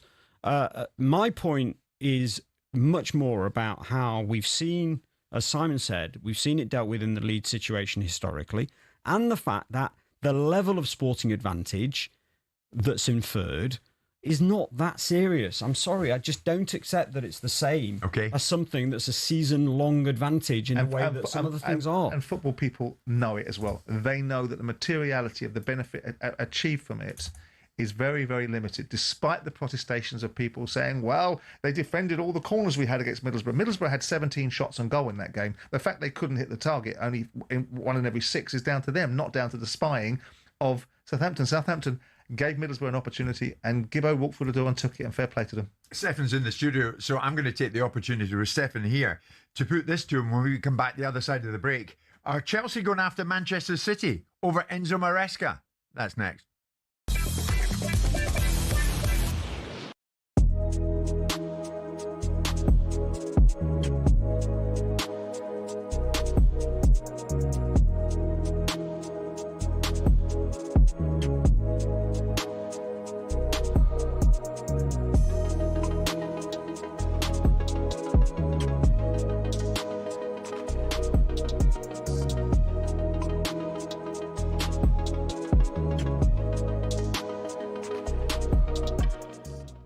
What was your overriding emotion last night, watching it all unfold and feeling as you do for this great club? I think for me, it's Aston Villa, a sleeping giant. You know, European Cup winners in 1982. All you ever heard was, you wasn't born. You wasn't born when Villa won that. They've only won, last trophy was 30 years ago. So it was that pressure, sort of that monkey off the back for Aston Villa fans and the players and the football club. But emotion as well, Jim, because I spoke to so many Villa fans, parents that have passed away, you know, family members that have passed away, and what this would have meant to those people that aren't here today. And people are going through a lot. You know, everyone's going through a lot, football fans. What last night can do to give people a boost, what they're going through in their life. It was amazing to see my people, my fellow Brummies, so happy. Brilliant. Your people. You're right, your people. In terms of legendary status, Gabby, where is this group now? Oh, they're legends. And I say this all the time, Jim, I don't like to be called a legend. I feel legends of a football club need to win something. I really do. The 1982 players, they're legends of the football club. Now, these group of players are, and the one player, I don't like to pick one, but the one player that stands out for me is our captain. Scotland are lucky to have him, John McGinn. Immense, and I was so happy for him, what he's been through for this football club. The small price that Aston Villa paid for him, was it 2.5 million? What a player, what a nice guy, and what a captain. Gabby, can I ask you personally, did you watch with regret last night that you never quite experienced a night like that? 100%. Yeah. 100%. I mean, we got to the Carabao Cup final, we got to the FA Cup final and lost, but to get to a European final and get it over the line, the pressure that was on the players, because they were highly favourites in the game as well, to win against Freiburg, it wasn't like a jealous feeling. It was like, wow, I missed out. Wow, what I'll do to be on that pitch to share that, because the players know. It's Danny Dyer! Wig, not wig. It's a nutty canister, either way. I mean, look at the nut on it. Bob Odenkirk! Saul was great. He was just a breath of fresh air. Amelia Clark! Star Wars versus Game of Thrones. Game of Thrones, definitely. I'm loyal. Don't tell Alex Hassel! In season 2, a lot of us get our clothes off. You do know you did that in season 1. Exactly, that's true, yes.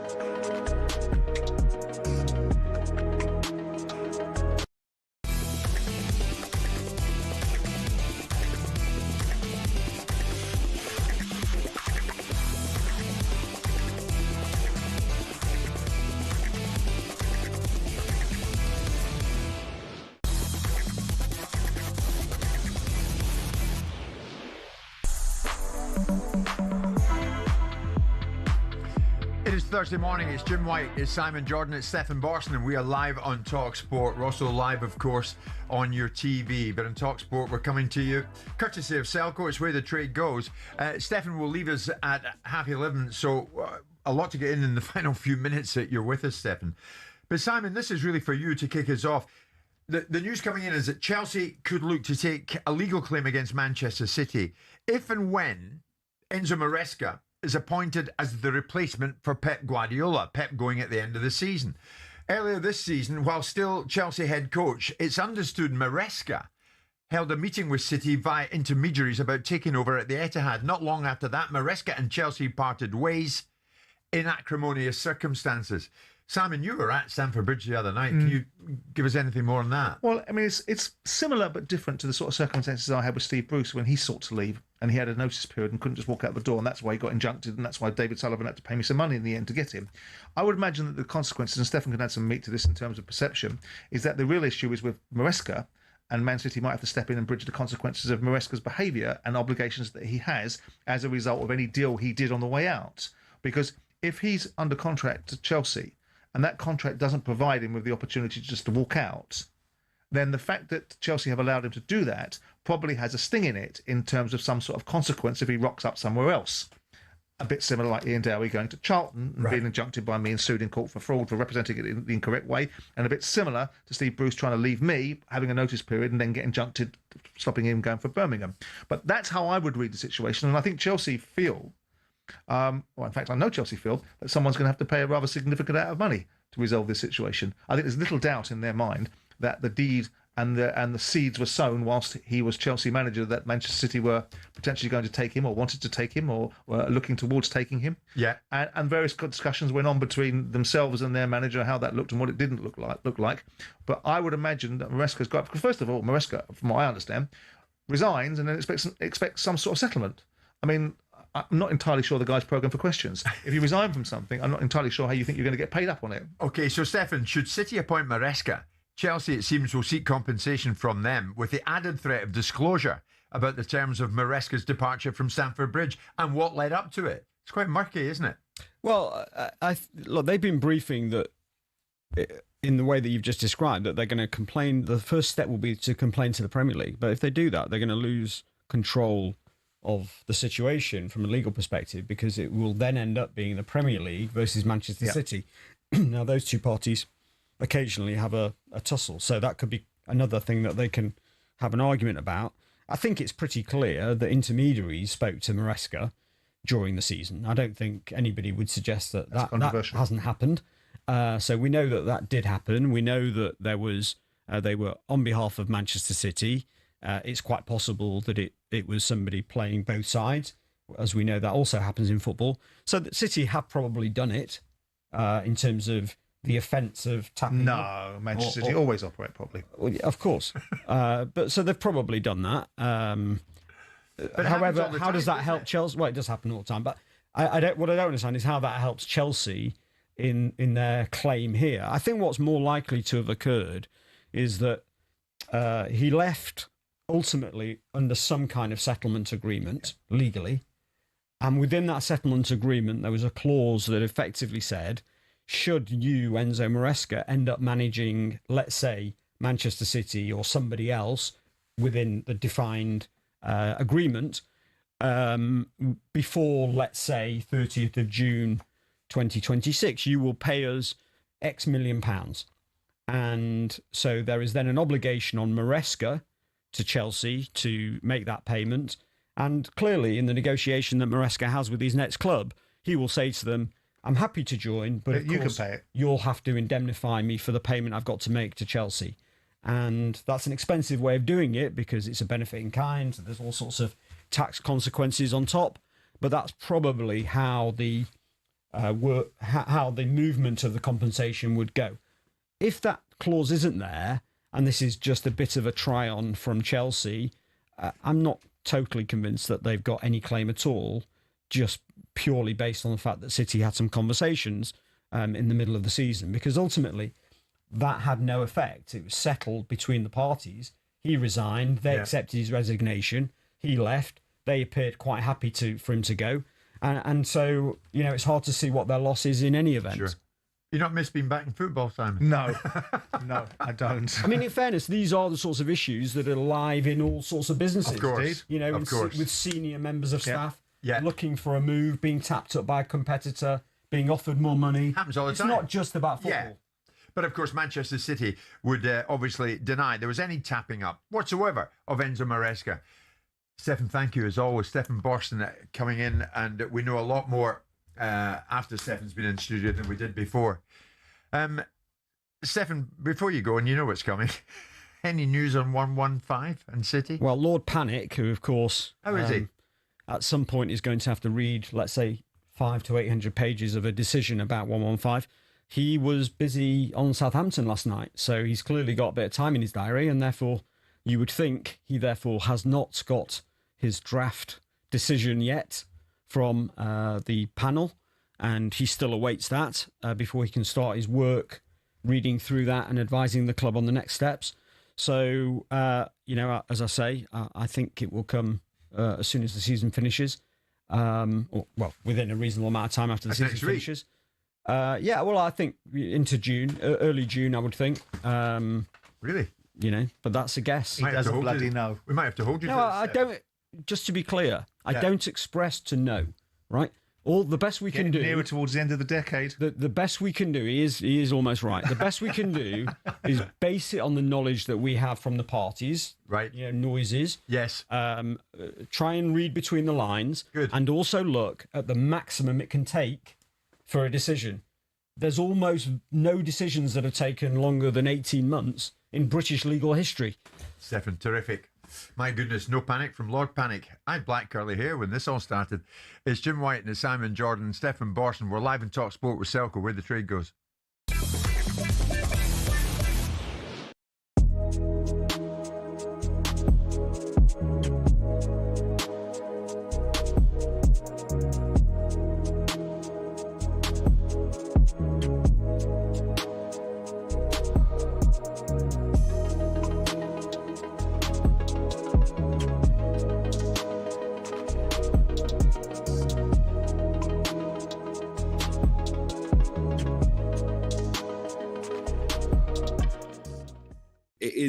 It is a sensational story and so many strands to it.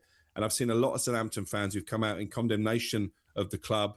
They say this is the darkest day in their long history. And I think a lot of Southampton fans are quite embarrassed at the way in which their name has been dragged through the mud. As you say, the punishment is immediate expulsion from that playoff final on Saturday, the £200 million game. So they have been stolen of the right to possibly get back into the Premier League the first time of asking, and a 4-point deduction for the start of next season. That's because, as I understand it, the EFL argued that the playoffs needed to be treated as a separate cup competition. Obviously, Southampton admitted spying on Middlesbrough, so that's where that punishment comes from. They also admitted over the course of this hearing with the Independent Commission spying on at least 2 other Championship teams, which is why there's also a points penalty for next season. Southampton appealed it immediately, not because they feel they're innocent, but because they feel the punishment doesn't really befit the crime. One of the things I was told coming out of St Mary's is they feel this is unprecedented. It is, because there isn't a precedent. I know that Marcelo Bielsa escaped with a fine, but it was only after that incident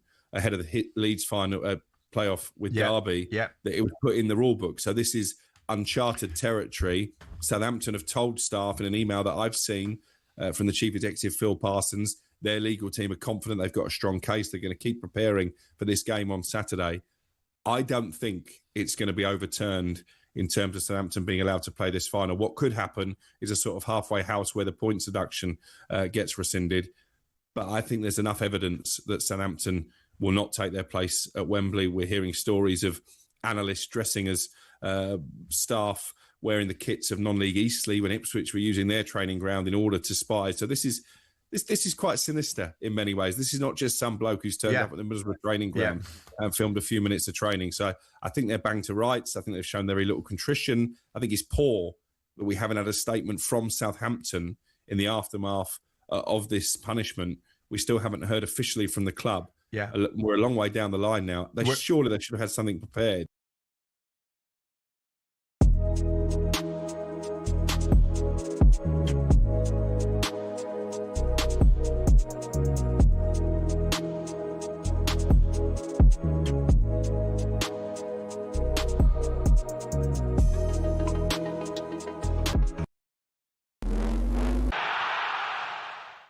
Well, cast your mind back 3 weeks. Villa were 1-0 down after a chastening semi-final first leg at Forest, and this was our Gabby. Buendia, soft player, not good enough for Aston Villa. Onana, made out of straw. But life for a Villa fan looks very different now. Buendia! Curling one into the top left-hand corner. Buendia, left foot from there, weaker foot, top corner. Freiburg fans are silence up the Villa! Unai Emery's 5th Europa League, of course, and the ultimate good evening. He's now won it with Villarreal, Sevilla and Aston Villa. The future king was bouncing and gave credit to the injured Boubacar Kamara for laying the foundation for their success. Elsewhere, Jamie O'Hara has shared his verdict on Saturday's playoff final, which will be live on talkSPORT, of course. I think it's a sham. You can't have a playoff final with a team who got beat in a semi. That can't happen. And all this is because the EFL want their big money spinner, they want their big finish to the season with the big playoff final at Wembley. We're also being told Tonda Eckhart is likely to get sacked and a ban. And Emmanuel Petit, David Moyes, Fabian Hürzeler, Kyle Walker, Jimmy Floyd Hasselbank and AJ Tracy will all be on the talkSPORT roster for the World Cup. We'll have wall-to-wall coverage all summer.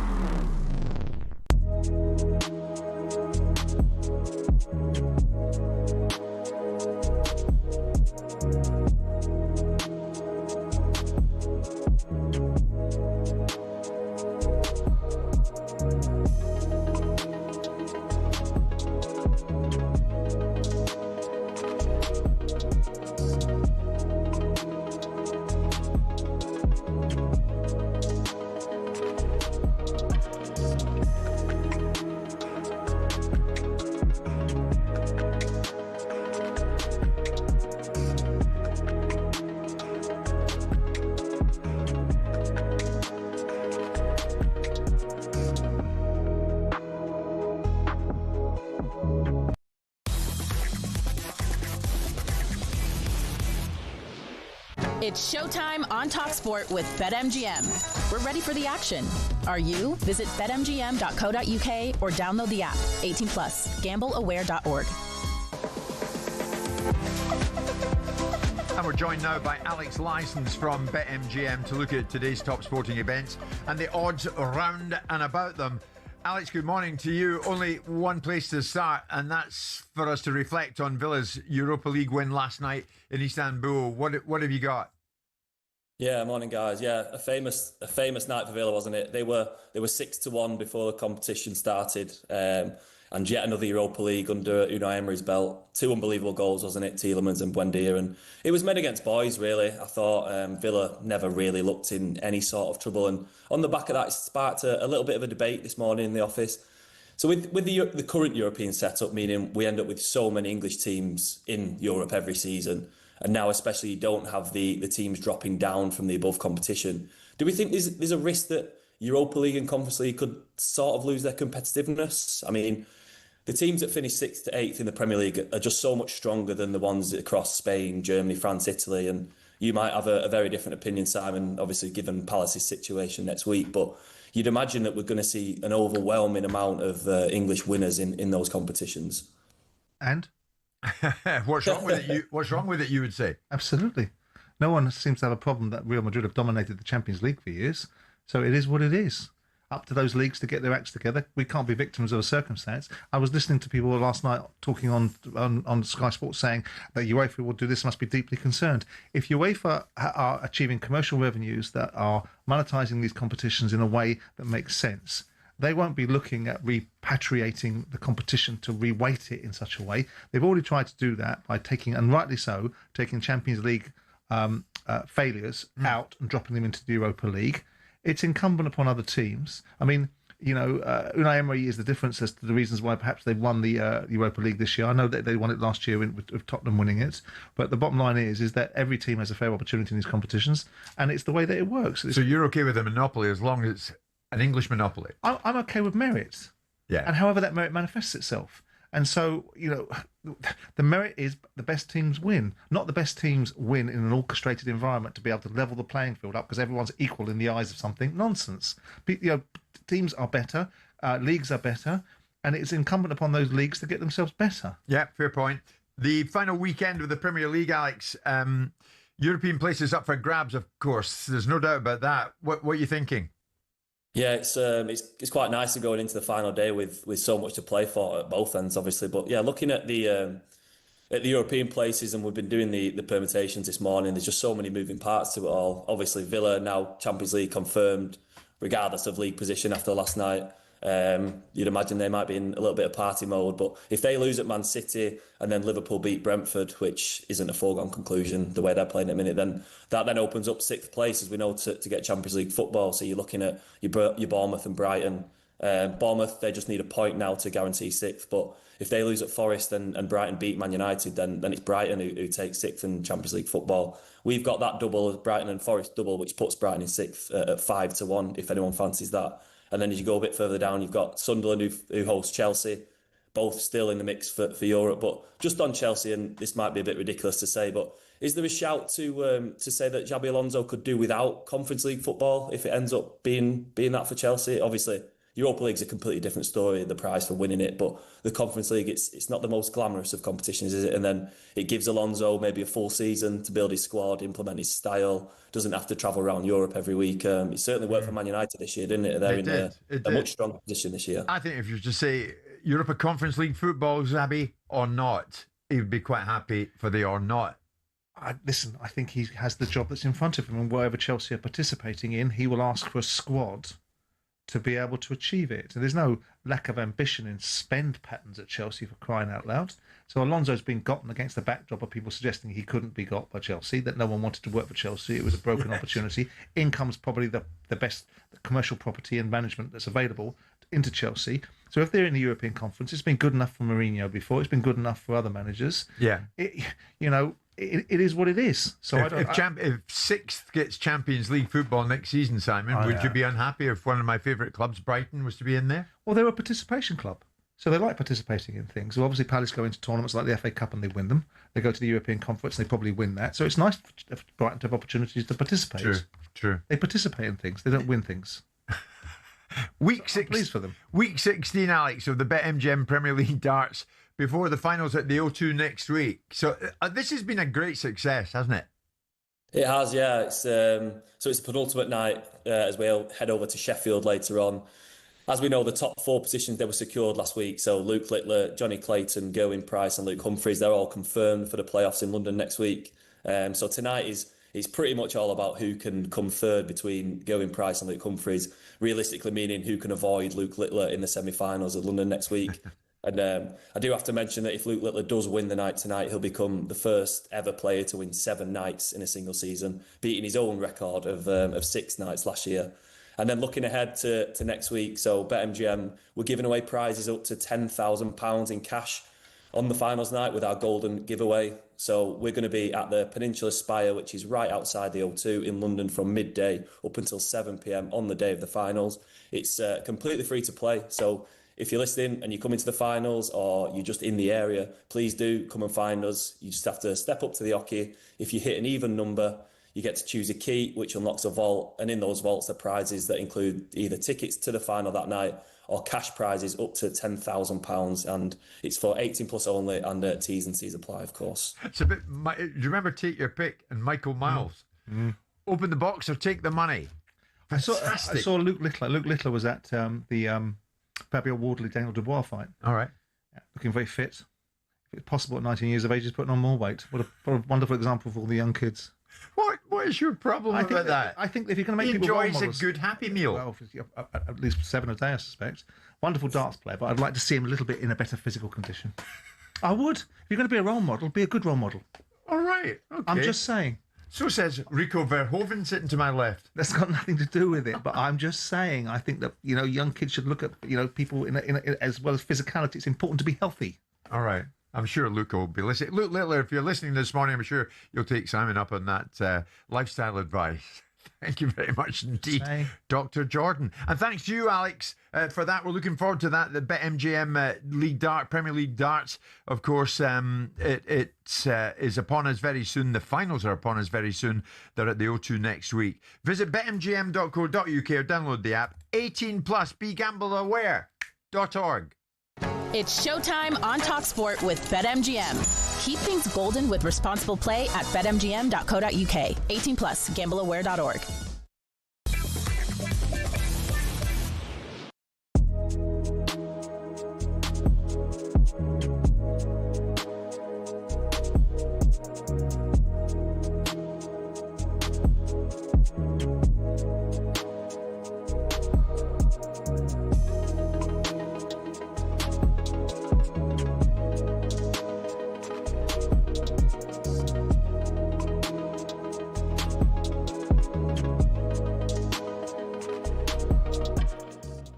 I mean, he's been given 7 years. And of course, during that 7 years, what he's done is incremental progress. There's a little bit of flatlining. I mean, I wrote an article in 2023 saying that they had to spend £250 million to stand still after that first season where they finished second and they blew it themselves.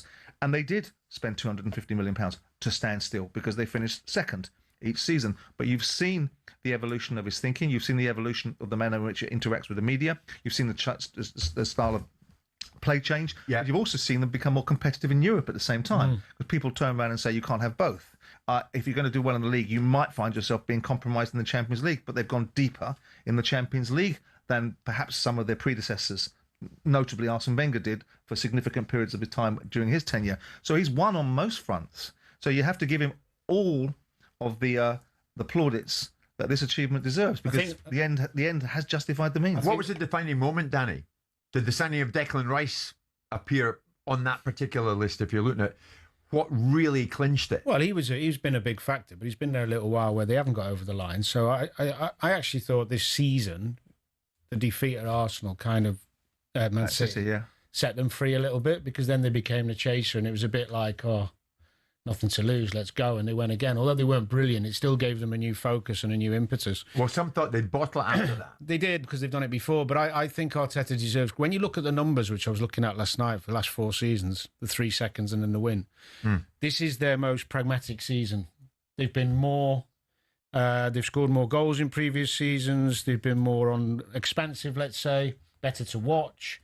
And he made a conscious choice this season of becoming even more resilient and more difficult to play against. Yeah.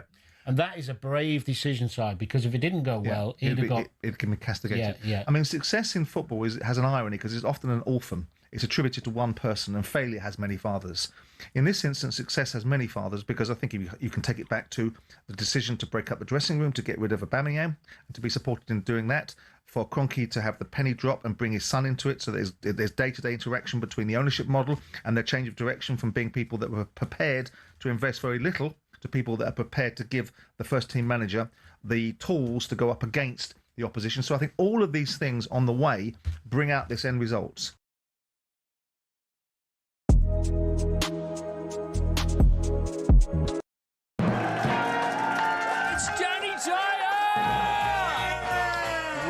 Not wig. It's a nutty canister, either way. I mean, look at the nut. Bob Odenkirk!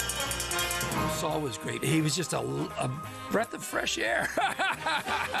Amelia Clark!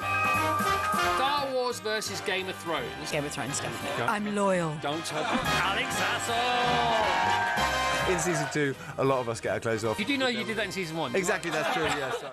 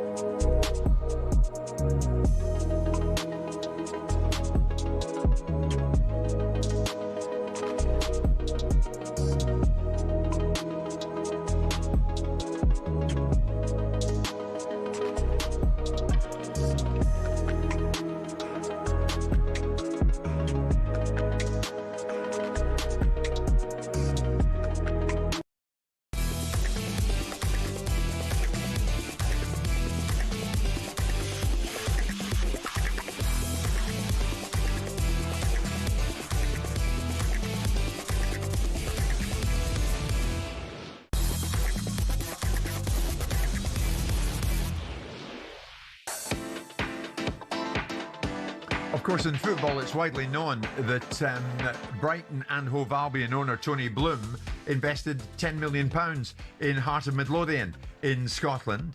And of course, Hearts went so close, did they not, to lifting the SPL title. They went to Celtic Park last weekend. Winner takes all on that day, really. A draw would have done Hearts, but it was Celtic who, on merit, on the field of play, played well, won it at the very end. They won it by 3-1 and lifted the SPL title. But of course, we know how it ended after that. Some Celtic fans came on the field of play as some of the Hearts players were trying to get out of there. And yesterday, we aired this for the first time, but Tony Bloom spoke on this very topic. He spoke on the moment, and Tony was there, that Celtic fans came on the pitch. Well, the final whistle hadn't gone, so no supporters should be on the pitch. The Hearts players were in danger. 1 or 2 got assaulted. It's completely unacceptable behaviour. The authorities will be looking at it. I don't want to say anything more about that, but I just want to say how tremendous the players have been all season long, and they were absolutely on the floor, devastated like all of us, but we must come back stronger.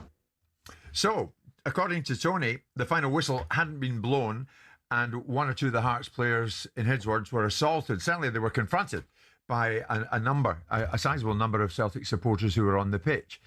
Later in the day, yesterday, Hearts released the following statement, and of course, it cited an interview that Martin O'Neill had given to this show earlier in the week. I mean, Hearts said, "We've written to the SFA and the SPFL, setting out our observations and questions regarding the circumstances surrounding the premature ending of this match, and expressing our concern that a troubling precedent has been set whereby a pitch invasion can effectively determine the duration of a football match rather than the match officials."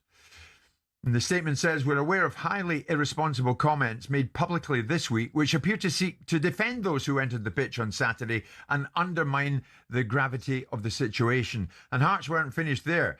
They said the remarks carry dangerous implications, and we call upon the football authorities to ensure that this matter is addressed with the seriousness it demands and with the full cooperation of all involved. And of course, as I said, Martin O'Neill had spoken to us earlier in the week. Yesterday, Martin seemed to double down further on Celtic TV and was suggesting that the title achievement, Celtic title winning achievement, had kind of been lost in all of this. No question, it's been lost. It's not what outside our supporters, outside us, outside the diaspora.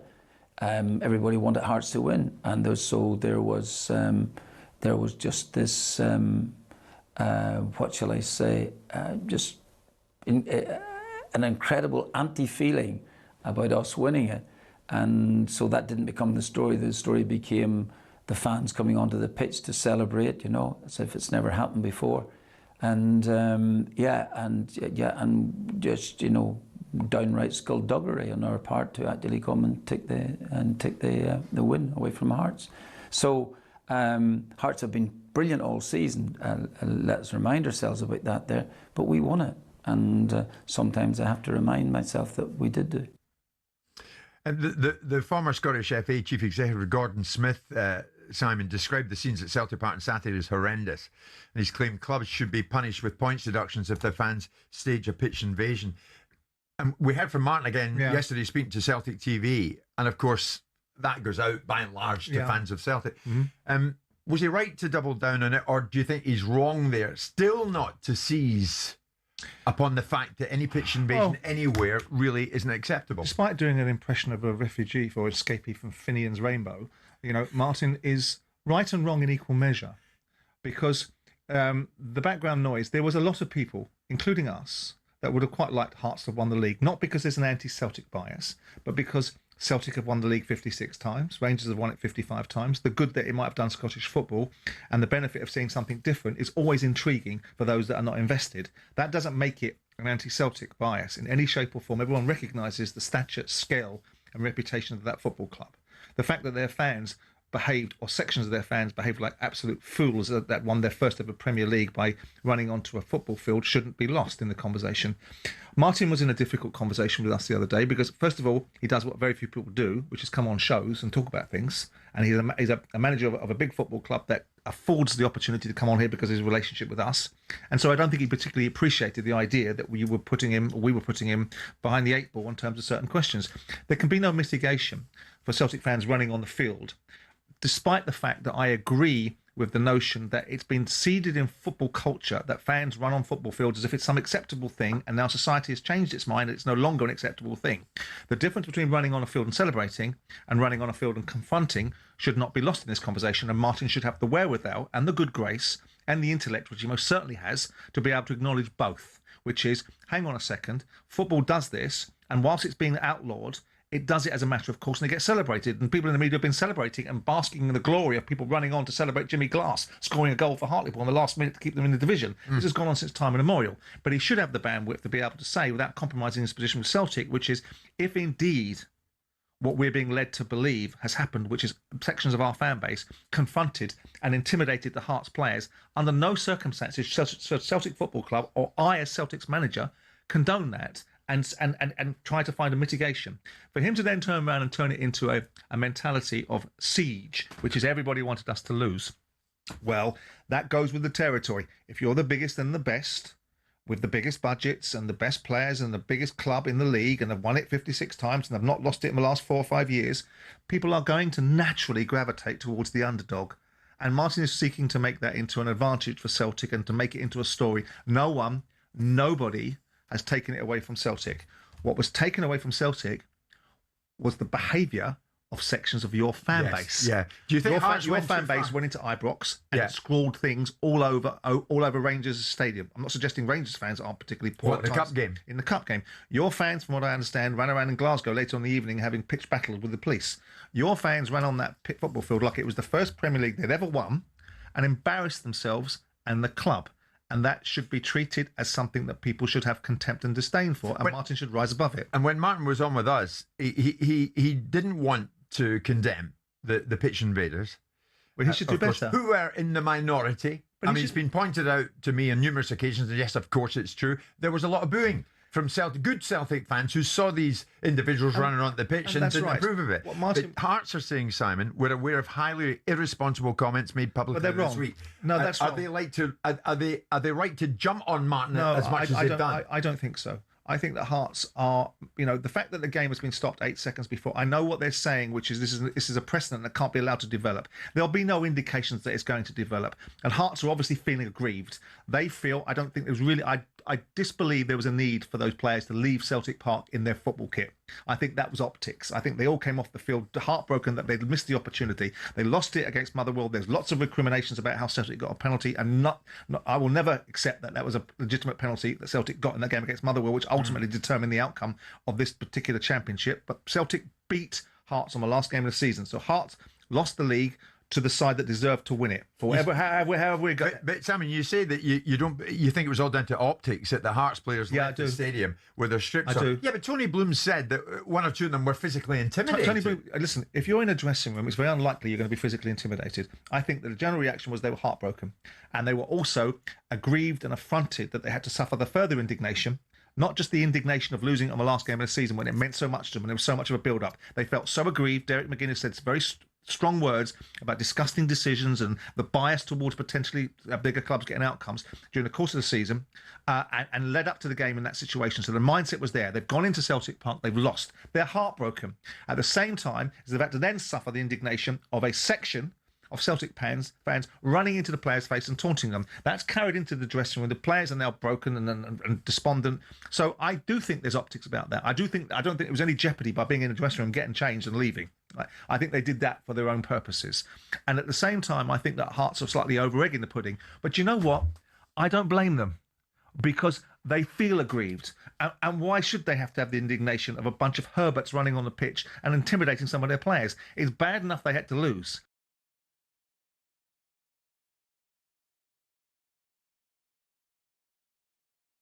A little bit more class, and Martin should exhibit that too, because Martin should be able to make both distinctions. He should be able to turn around and say, I'm not going to play your game, Jim, which is amplify it and turn it into a bigger story, which is what you want, so it gets a soundbite. No, it's a legitimate question. No, it's a legitimate question, but he doesn't want to play your game. He doesn't want to play our game, right? Which is basically we create a conversation out of it and it gets amplified and it gets picked up and it gets amplified and amplified and amplified. So I understand why he was getting frustrated, but he could have done better. He could have simply said, this is the situation. Celtic fans are brilliant fans. It's a brilliant football club. We won this league, so start celebrating that. The small section that came on the pitch that confronted Hearts players, not good enough, unacceptable. And he could have done that there, but doesn't want to. What he wants to do is do it a different way. And I understand the reasons why, but it's not honest. It's disingenuous. And Martin, like he said to me on air, with due respect to him, about my disparaging of the Scottish Premier League, whilst he spent 3 months sitting next to me doing the exact same thing. Do you think Hearts went too far by suggesting that the pitch invasion effectively determined the duration of the match? 8 seconds? I understand. I understand they're pulling at a thread. Tony Bloom told me the other night in that chat the whistle wasn't blown. I know, but the 8 seconds wasn't going to determine the game. No, was Celtic won it in spectacular. Celtic won it, and they did their job.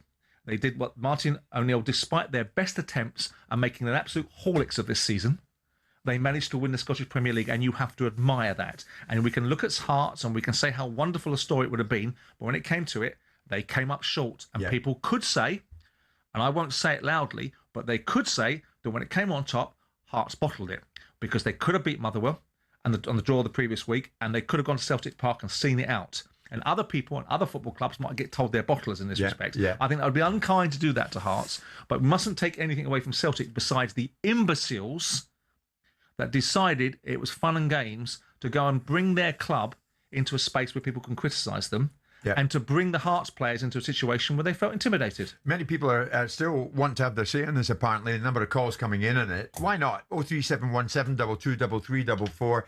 Do Hearts fans still feel aggrieved that, in your view, the pitch invasion in essence caused the premature ending of the football match? Bear in mind, you were 3-1 down at the time. And Martin O'Neill seemingly doubling down further on Celtic TV this week after what he had said to us earlier in the week wouldn't be drawn into his opinion on that pitch invasion. Was he wrong to do that? 03717 223344.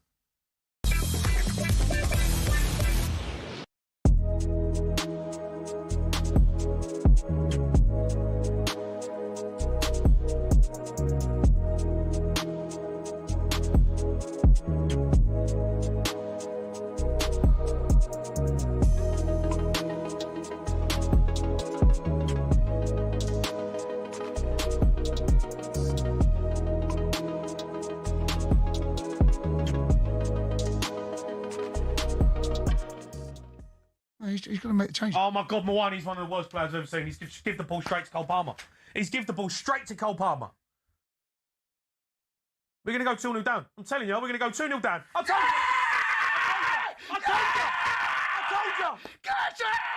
you! I told you! I'm the Chills! You can see it! Chills! Can you believe it? You can see it happening! You can see it happening! I'm the Chills! I'm the Superids! I'm the Chills! 2-0 Super Blues! It is a joke! Get in! It's a joke! You can see it, Marloff! You could see it, Marloff! Get in! I could see you! I told you! We'd go 2-0 down! I told you! We would make a mistake! Mwani, get out of our club! Mwani, get out of our club! I'm the Chills! 2-0! Ball's given away! Cole Palmer! Who gives that? Was it Mwani? Ball comes out on the Mwani's right giving side. straight to Cole Palmer! Ball comes in. Honestly! This team is absolutely garbage! This team is so bad! This team is so bad! It's unbelievable! It is so bad! I said to you, as soon as them subs, I said to you, Jace, as soon as them subs started to get their shirts off, I said, we'll go 2-0 down. Pointless. De Zerbi, you should have made the change 10 minutes ago. Mwani's one of the worst footballers I've ever seen in a Spurs shirt. Get him out of our club. Honest to God. Look, they're standing on the side of the pitch waiting to come on. I said it. We'll go 2-0 down. What happens? 2-0. We are a disgrace. We're a disgrace of a football club. We deserve to be in the Championship. Honestly, mate. I've never seen anything like this. I've never seen anything like this in my life. This team is absolute guff. They are guff all over the park. Guff. It is disgusting how bad this team is. It's disgusting. Up Chelsea. I cannot believe this team I'm watching. I cannot believe this team. How do I support this team? They are terrible.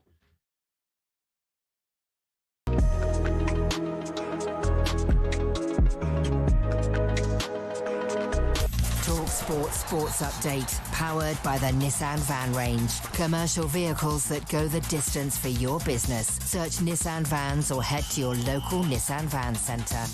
For the headlines at 12:04, I'm Tom Clayton. Good afternoon. After last night's Europa League final, Gabby Agbonlahor says it's now a no-brainer as to who starts at 10 for England this summer.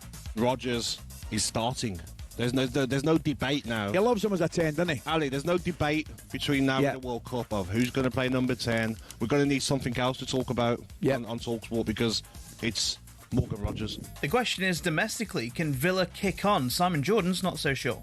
I don't see how Villa can because it's weighted against them. Could they with this manager? Could they with this owners? Could they with this scale of a football club and a support base? Absolutely could. Will they be allowed by the construct of the way that the rules are put in place now? How can they? They'll have a trophy parade through the streets of Birmingham this afternoon. Now, could Southampton sack Tonda Eckert by the end of the day? He's arrived at the training ground, and we understand Saints owner Dragan Solak is en route. This as the FA's opened up its own investigation into the individuals involved in Spygate.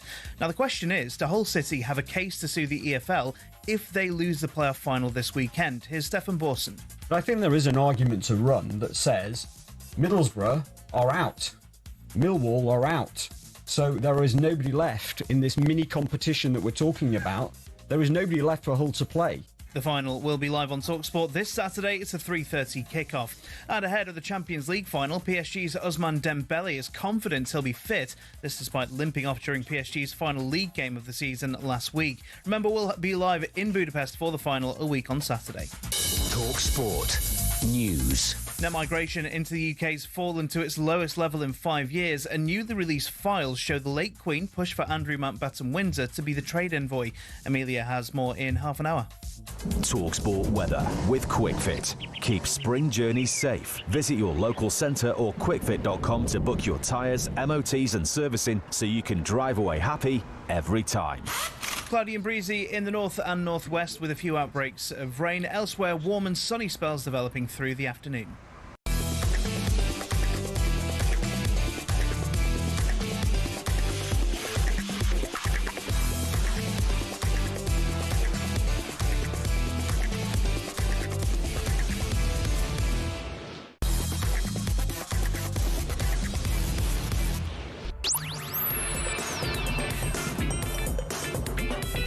Good afternoon, 6 minutes past 12 noon. It's Jim White and it's Simon Jordan, and we are live on talkSPORT. This weekend in the world of boxing, yes, boxing, Alexander Usyk will be fighting Rico Verhovven over in Egypt. Spencer Oliver is over in Egypt, and we'll be hearing from Spencer in this final hour today. So, not the boxing hour that we always bring you on a Thursday, but Spencer will be live coming from the pyramids of Egypt very shortly as we discuss the event that is Usyk against Verhovven.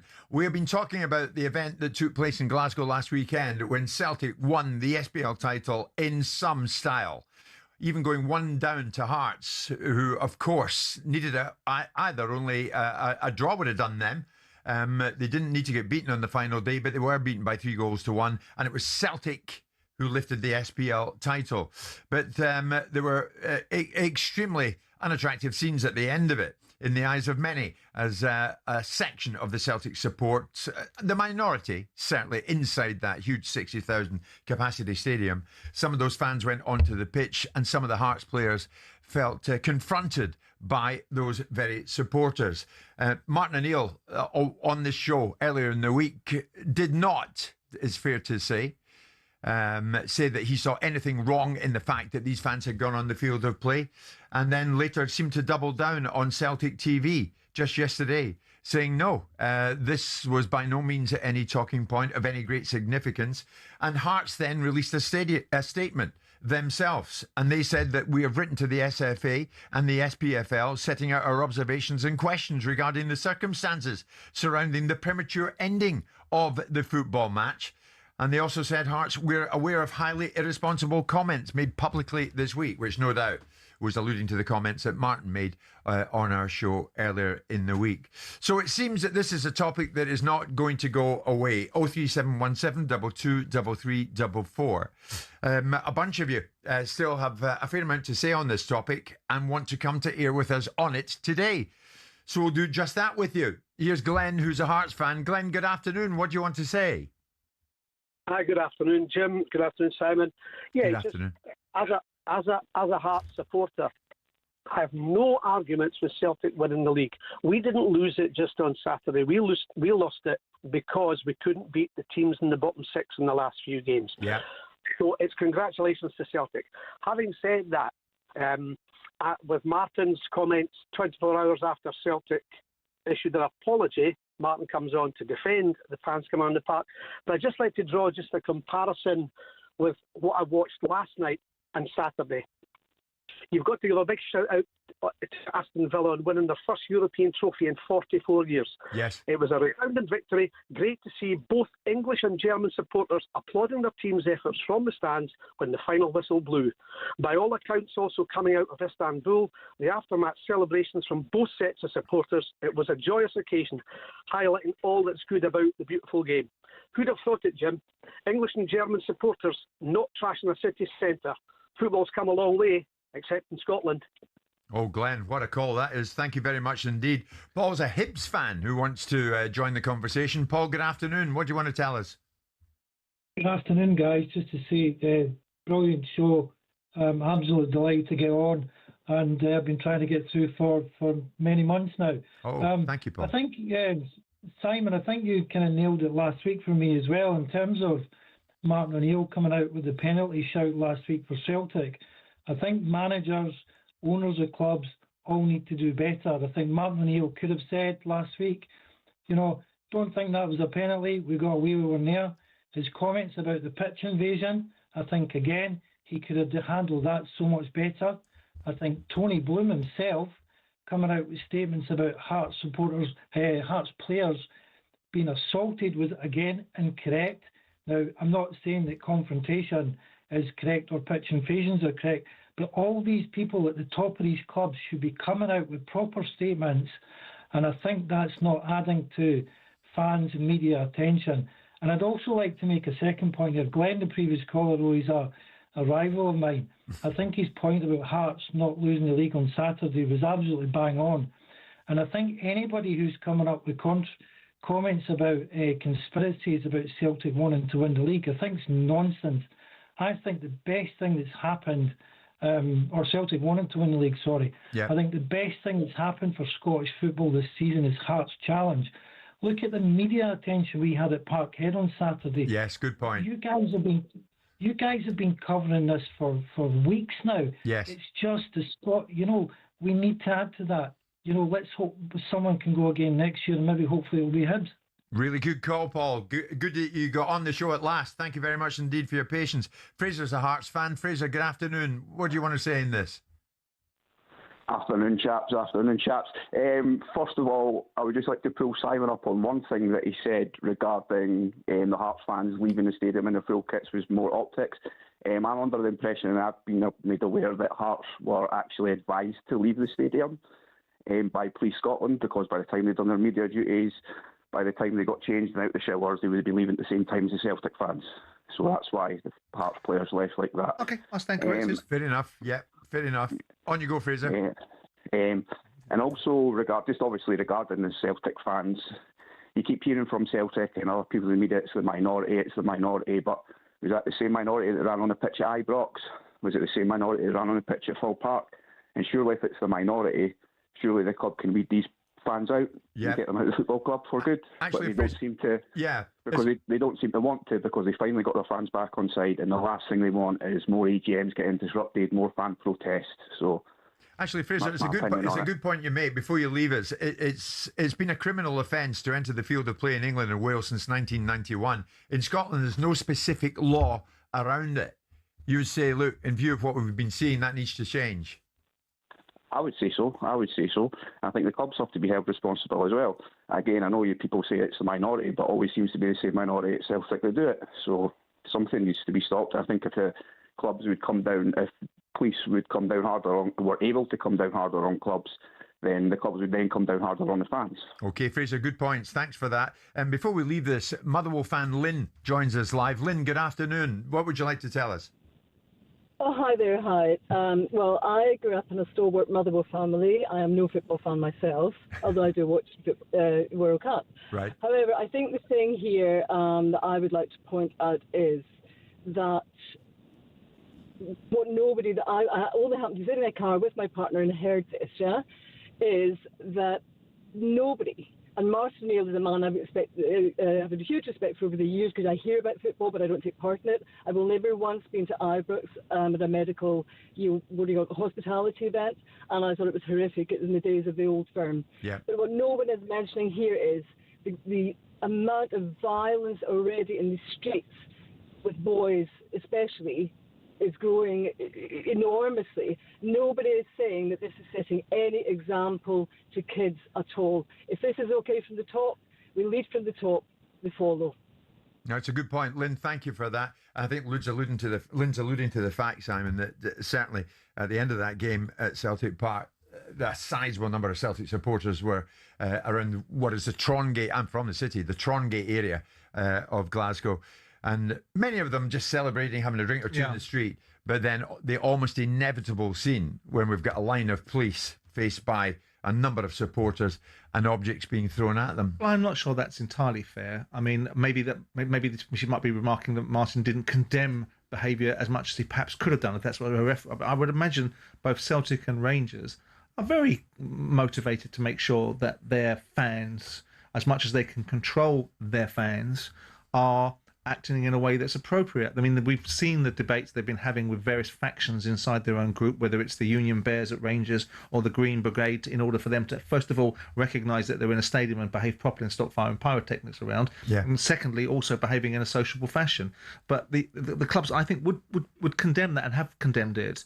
Now, going to the individual situation, I don't think that's fair to say that they won't want people behaving properly, and that of course, if they see people behaving badly in football stadiums, but it's not football that creates this behavioural pattern. Society's creating it and is finding its way to replicate itself inside football stadiums. These kids are behaving badly outside of football stadiums, and they're behaving badly inside them. Yeah. It's a subject that we will not leave completely, I'm quite sure. We will revisit it because the rumblings from that Celtic title win go on. From the east end of Glasgow, we head to Egypt next.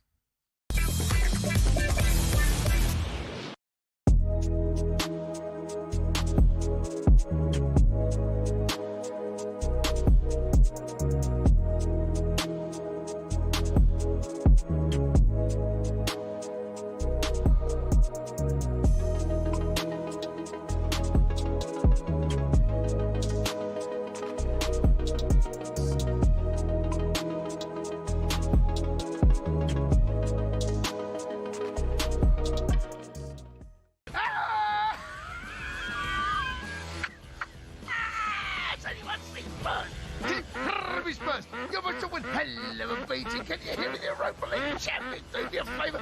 Jude Law, chicky. Can you hear me, chicky? You almost took one hell of a beating. Can you hear me, Roberto Dispersi? You almost took one hell of a beating. Roberto Dispersi. You almost took one hell of a big cockerel. Ron Weasley. Beaverton Brewery. Can you hear me? Jamie O'Hara. Can you hear me, Jamie O'Hara? You almost took one hell of a beating. Can you hear me? Encouraging sign. Can you hear me? Encouraging sign. Can you hear me? Encouraging sign. You almost took one hell of a beating. The SA signing. Vivian Bennett Gibbs White signing. Adele. Lord Sugar. Tadarius Tapu. Can you hear me? Tadarius Tapu. You almost took one hell of a beating. Tadarius Tapu. Tadarius Tapu. Tadarius Tapu. Can you hear me? Tadarius Tapu. You almost took one hell of a beating. I can't believe you just pulled out them two masks. I cannot believe what I've just seen. And we get beat 2-1 at the bridge again, mate. O'Hara. Oh, mate. O'Hara's got an imps mask. He's got his, I can't believe you've got an O'Hara mask. Where you're sneaky, you lot. Yous are so bad. Honestly, yous are horrible. I don't know why I work here. This is unbelievable stuff.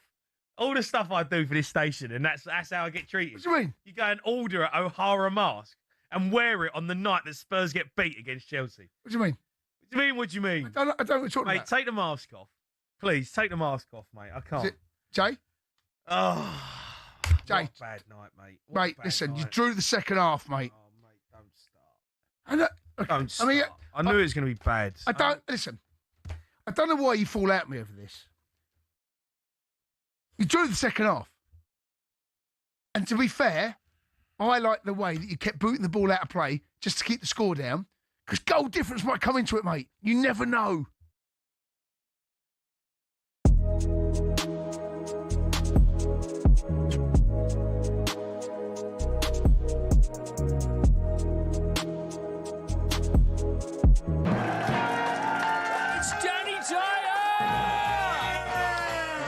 Not wig. It's a nutty canister, either way. I mean, look at the nut. Bob Odenkirk! Saul was great. He was just a breath of fresh air. Amelia Clark! Star Wars versus Game of Thrones. Game of Thrones, definitely. I'm loyal. Don't touch Alex Sasso! In season 2, a lot of us get our clothes off. You do know you did that in season 1? Exactly, that's true, yes.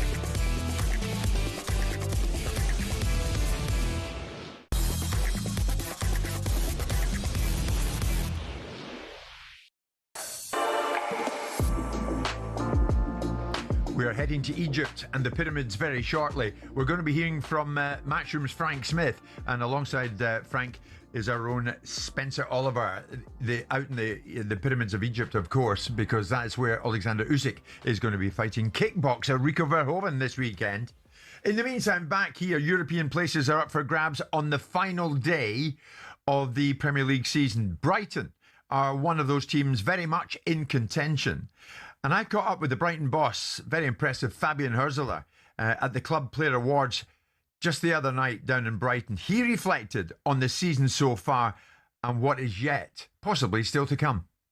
We do it together, and I think doing it together, it's a value from this club, and we went through all the highs and lows together for the season. Hopefully we can we could do another great performance, another strong performance together at the weekend to finish strong for the Seagull supporter, to finish strong for the fans, because I think they definitely deserve it.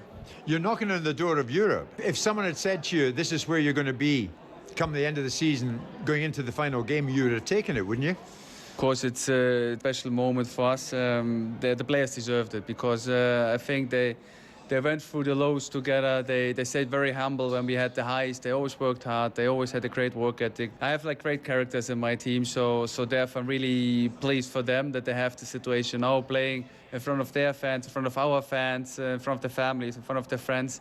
We built now a strong foundation, and we're always looking forward for the next step, for the next improvement. So we're really proud of what we achieved the last years, and now we're all really excited what's looking ahead of us. And you put pen to paper on a new long-term deal, so no hesitation on your part?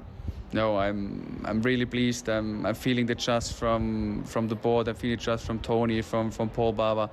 I'm really appreciated how the players work together with me. I really value the relationship I have with them. They stick on my side when we went through the lows. They are there when we suffered together, and that's something special. And on top of that, I know that this signing is not only coming back to a one-man show from me. It's a togetherness. It's a great work from my staff members. It's great work and performances from my players, and a lot of support and belief and trust from Tony and Paul. So I'm really grateful for that. Now listen, a bit of breaking news. You and I are going to be colleagues at the World Cup. You're doing some work with talkSPORT, and I'm delighted about it. How did that come about? Yeah, I think it's really important to give also something back. I really appreciate the media here, the media work, the journalists, how respectful they treat me and the club. And I think also as a German manager, as a German coach, I really wanted to adapt it to the culture here, and I want to give something back because I feel it should be a give and a get, and therefore I'm really looking forward for this new experience for me, new opportunity to connect with other great experts, to connect with other people in a great atmosphere, hopefully, that makes this experience for everyone special. The good news for you is that you're joining us, and Simon's going to be out there, so hopefully you'll join us in New York. Yeah, I think you both do a great job, and that's also a part why I want to join it, and therefore I'm really looking forward to work with you. I'm really looking forward for all the things we are collaborating, and I can't wait. What about the other German who's going to be in America, Thomas Tuchel?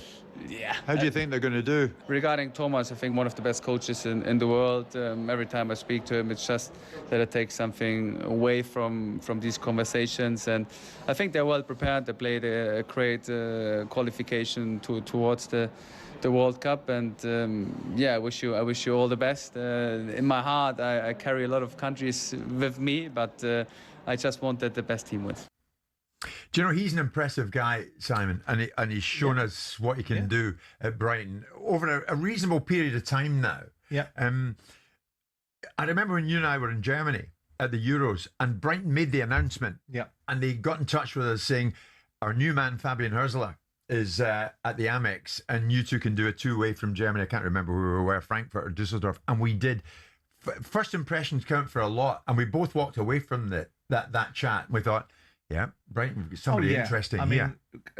Despite the fact that I owned a football club at 31, I don't look at age as a prerequisite to be a determinant of whether you can get a job or not. It's how you carry yourself and what you say. And so clearly Tony Bloom and Paul Barber don't think about age in terms of being a very young manager, and how that will interface with A, the media's perception of your experience, and B, how players will relate to you. If you're good enough, it doesn't really matter. And he came across relatively well.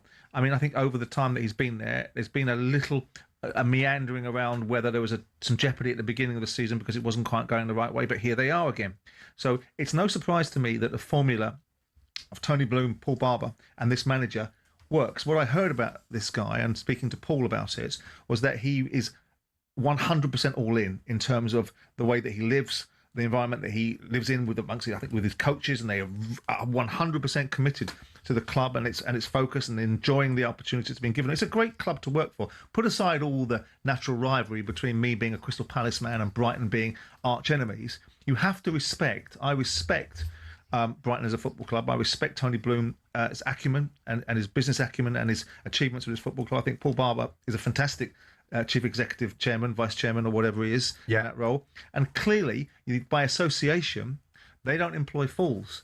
And this manager is anything but it. So with that in mind, it'll be interesting to see what he's all about if he's in New York with us, because there's one thing listening to somebody talk in a certain way when they're confronted with the media. It's another thing seeing the bones of them when they're offline and you're seeing the real mechanics. But That's right.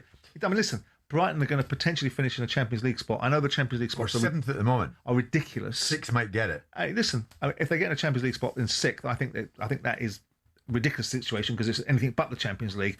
But I think for Brighton and for this manager, I think it's a great achievement, and I think he continues to develop. He'll continue to evolve. He's showing different aspects and attributes. He had to dig in for a little bit, I think, this season. I think there was some noise coming out. It may just be noise in the media. It might not have been real noise about the fact that there was beginning to feel that maybe he wasn't the inspiration that they thought he was going to be. But here we are again, with Brighton having another good season. And quietly improving what De Zerbi did. De Zerbi finished 6th and 11th. I think Fabian was 8th and 7th at the moment. So it's not bad, is it? You know, they might even improve on 7th. We shall see. Not only Fabian Hürzeler is going to join us out in the US, David Moyes is going to be there as well. Alongside them, recently retired England defender Kyle Walker, of course, is going to be involved with the talkSPORT coverage, as well as World Cup winner Emmanuel Petit. Jimmy Floyd Hasselbank's in and around us too. Brad Friedel, Stuart Pearce, and Mark McGee, former Scotland assistant manager. Well, he won't be there long, will he?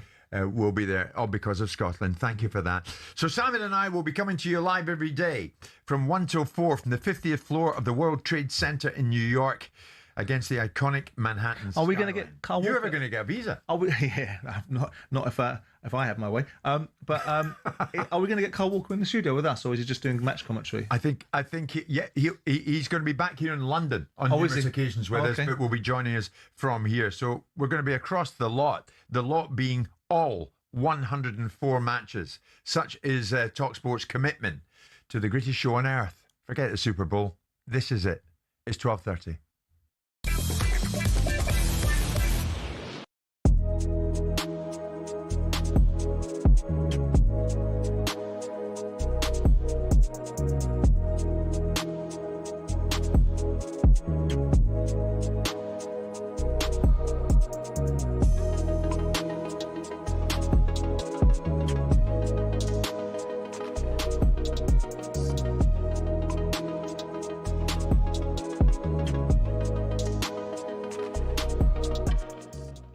I met Arteta for the first time in October in a restaurant randomly. And I said to him, we're going to win the league because you've got the squad now that you've wanted. It's your vision. These are your guys. They play with your values. And I am certain we're going to win the league. And, you know, this is all on Mikel Arteta. I absolutely take my hat off to this guy. He has worked his process, worked his project to now the ultimate fruition. And I think he's been absolutely brilliant. And I was one of the doubters early on. First 2 seasons, we lost 13 league games each season. I was one of those thinking he's too young, it's too early for him, it's too big a job. And then I remember like early 2023 doing a whole apology in the Sun to Mikel.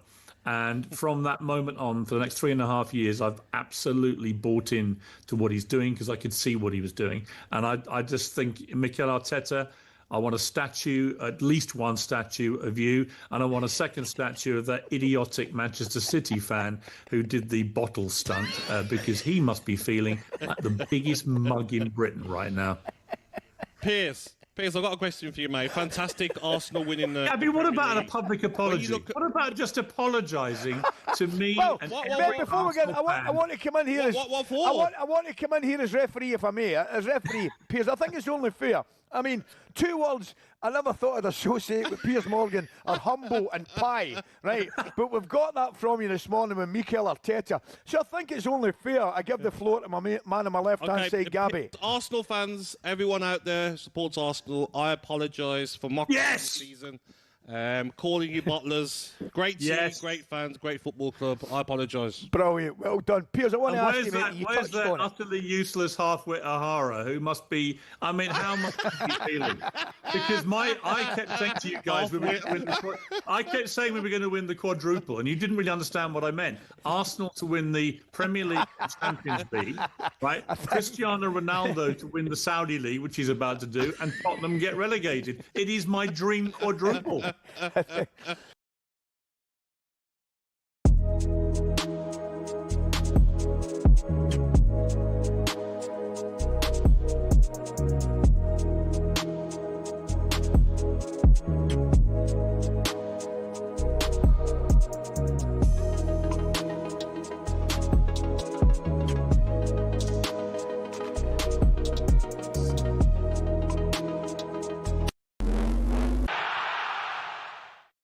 cast your mind back 3 weeks. Villa were 1-0 down after a chastening semi-final first leg at Forest, and this was our Gabby. Buendia, soft player, not good enough for Aston Villa. Onana, made out of straw. But life for a Villa fan looks very different now. Buendia! Curling one into the top left-hand corner. Buendia, left foot from there, weaker foot, top corner. Freiburg fans are silence of the Villa! Unai Emery's 5th Europa League, of course, and the ultimate good evening. He's now won it with Villarreal, Sevilla and Aston Villa. The future king was bouncing and gave credit to the injured Boubacar Kamara for laying the foundation for their success. Elsewhere, Jamie O'Hara has shared his verdict on Saturday's playoff final, which will be live on talkSPORT, of course. I think it's a sham. You can't have a playoff final with a team who got beat in a semi. That can't happen. And all this is because the EFL want their big money spinner, they want their big finish to the season with the big playoff final at Wembley. We're also being told Tonda Eckhart is likely to get sacked and a ban. And Emmanuel Petit, David Moyes, Fabian Hürzeler, Kyle Walker, Jimmy Floyd Hasselbank and AJ Tracy will all be on the talkSPORT roster for the World Cup. We'll have wall-to-wall coverage all summer.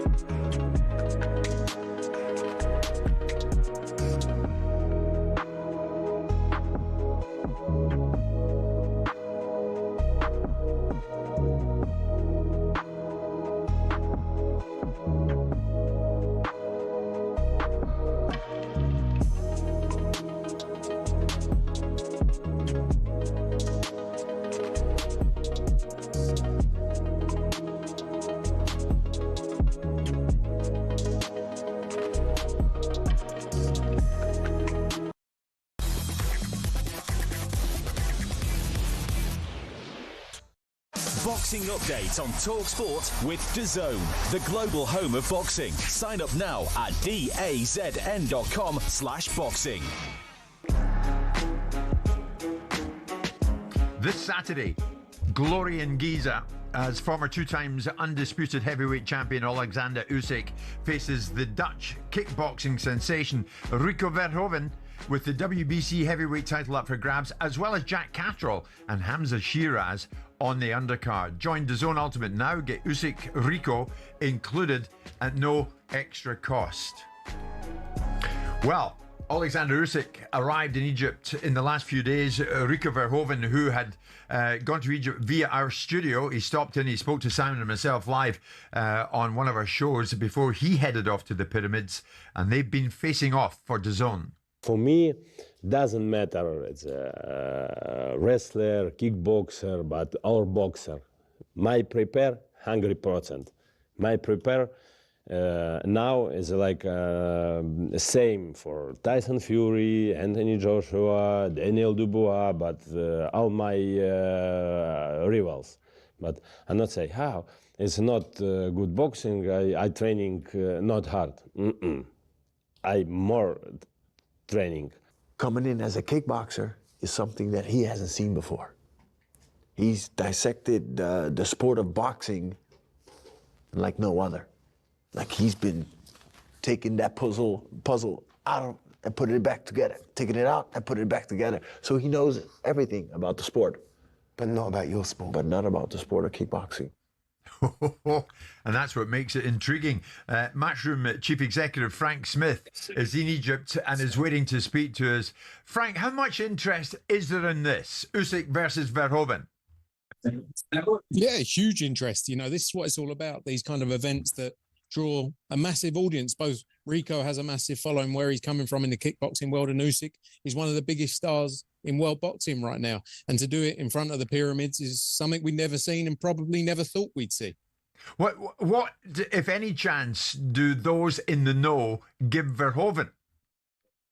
He's an outsider, of course he is. It's his first boxing fight. But then who would have said that Francis Ngannou would have given Tyson Fury a challenge? And arguably, many people believed he beat him.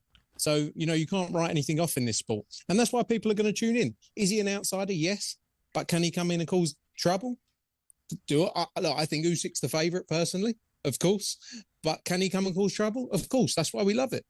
Frank, am I right in thinking, Simon's beside me, he'll come in a second, am I right in thinking originally it was going to be AJ Verhovven? Yeah, I was just speaking to AJ. He's actually here. We were just outside with him. He was originally going to fight him in, I think, February, March time. Obviously, with what happened, it delayed things. And he's back out in July, of course. But yeah, that was going to be one of the fights being spoken about previously. Frank, what's your view? I mean, I know there's a legitimacy of the world title being on the line, because if you're with the WBC, if you're a world champion or world title holder in one discipline, you can legitimately challenge, in their view, for another discipline in another combat sport. But when you've got the WBC allowing that, and you've got the heavyweight champion of the world fighting a kickboxer with a WBC strap on the line, do you not think that it sort of creates a lack of integrity in the boxing space? Great for the kickboxing world, but sort of undermines the boxing space, with people like Ajit Kabiel queuing up for an opportunity to be given a world title shot. And because of the WBC's position, a world title belt's on the line. I can understand people's view of that. I think obviously the pressure is now on the WBC to order the Ajit Kabiel fight after this fight. As I understand it, that's probably what they're going to have to do next. But again, we're in a sport that is driven by commercial appeal at the same time, hence why the fight is happening. But look, I can understand. I can accept people's views as to why they would have an issue with it. But, the WBC have made their decision, as of the WBA, I believe, is on the line as well. And, that's why we're seeing the fight. But I'm not disagreeing with you necessarily, Simon. But we are in a commercial business. We are where we are. And we are in a commercial. That's the world we're in of boxing. It's not the first time it's happened. It won't be the last. Frank, Matchroom have got Jack Catterall on the undercard. He's up against Shakram Gayasov at welterweight. How's he feeling about getting in this one? And we'll speak about Hamza Shiraz in a second. But what about Catterall? Yeah, look, we actually promote both Shakram and Jack. So it's always a bit more difficult in those fights. But the best thing was getting the opportunity for them to fight for the world title. Both fighters have had a great career, and they've always wanted to get this opportunity. It's for the WBA regular title. The winner will have to fight Rolly Romero for the full title at some point this year. But they're both ready to go, and it's a great fight. I'm excited to see that one, and great to deliver that opportunity for them both. I was going to ask you, because obviously Jack Catterall will sit there in a situation where we all think, at super lightweight, he should have been the undisputed champion of the world in terms of beating Josh Taylor. He had a series of fights after that ultimately brought him into a situation where he lost to Arnold Barbosa Jr. And I think he should have perhaps been given a world title shot earlier than the amount of fights he had to get to that stage, where eventually he lost to Barbosa, and then Barbosa goes on and loses to Teofimo Lopez. He's gone up to welterweight. Is this now, as you say, this is Jack's final audition for a world title shot against Rolly Romero? Is that what you're saying? Yeah, look, he becomes WBA regular champion. There's a big drive right now to limit the number of champions, as we know, across these governing bodies, which means they'll then have to order Rolly Romero for the full title. So yeah, this is that. This is his shot. But he's got a real fight. Shakram Giyasov, although has had limited number of fights, he's a very talented fighter. The Uzbek fighters we work with, they're brilliant at what they do. But yeah, this is the opportunity for both of them, and then that big fight is off the back of there. What's your reaction to one of your old stablemates now being paired up with Ryan Garcia? We've now seen Conor Benn. He's going to go into what I consider to be a real fight for him. What's your reaction to that fight? Yeah, look, I think it will be the hardest fight of his career to date. One thing about Conor Benn, as much as my views may have changed personally, he trains very hard. He'll give it his all. It's going to be a great fight, and it will be an entertaining fight, I'm sure. I think Ryan Garcia, though, arguably is another level to the opponents he's been in terms of levels. But I can't write Conor off. I'm not going to sit here and write him off in that fight, because he's going to go out there. This changes his life. He's had a dream to become the WBC world champion. I'd anticipate that belt is on the line. unless there's any differences with Zuffa.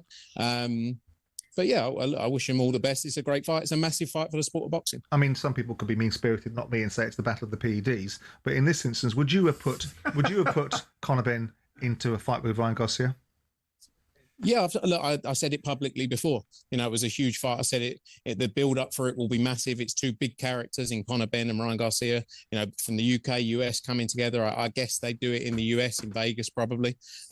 So yeah, of course, if we were still promoting Conor Benn, of course that would be a fight that we would target. And wish them both all the best in it. Frank, while we have you, obviously Anthony Joshua will return to boxing, not where you are in Egypt, but he'll fight in July in Saudi Arabia against his fella Christian Prenga. Presumably that is must win if he's got to square up to Fury after that. 100%.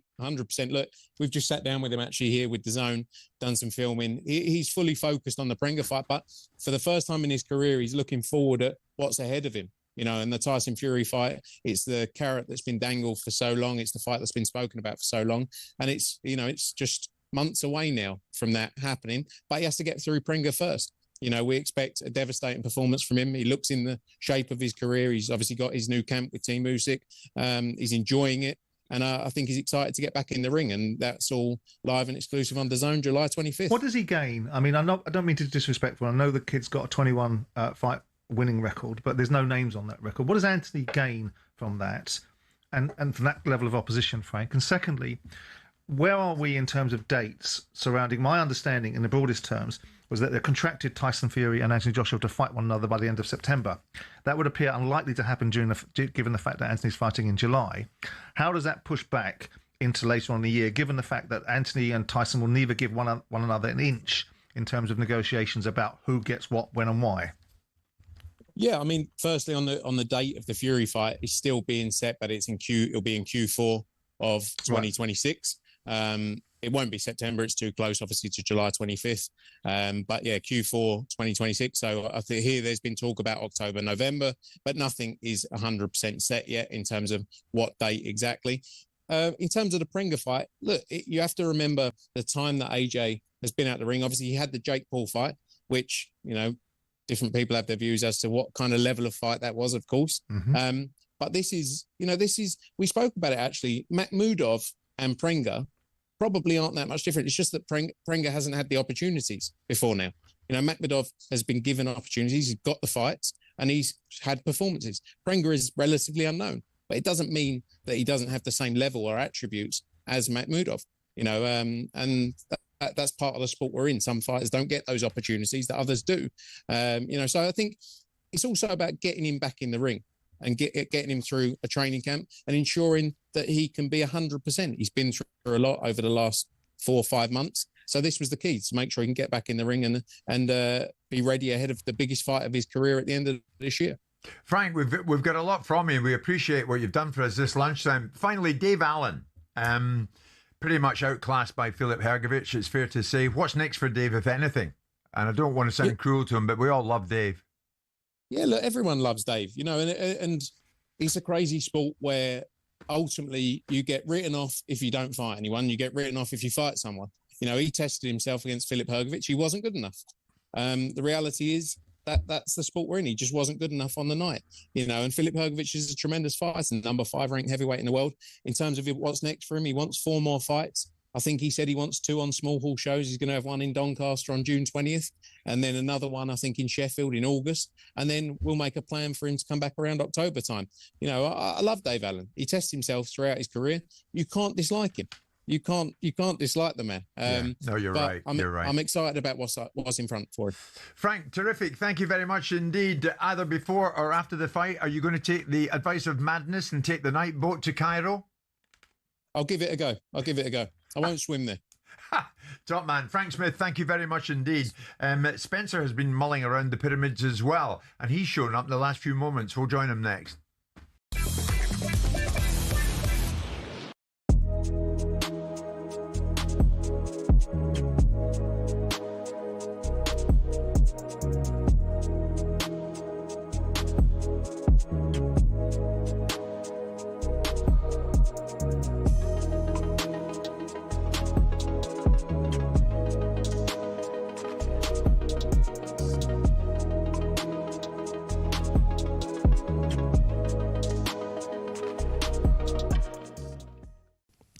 thought it was great at the end of the game, the way the players were with him. Oh, do you know what I mean? Emery Martinez picked him up. Because we saw a wee side to him that you don't see. Yes. We saw a different side to him. What was funny, though, when Emery Martinez picks him up, on the clip behind, you can see the players are a bit like Tyrone Mings. They're laughing like, "Oh my God, how has he done that?" Yeah. Because then they know that like the manager's not really like that. He doesn't like to be the centre of attention. Yeah. But it was incredible scenes, Ali, afterwards. So emotional for so many Villa fans, and we were lucky to be in the stadium.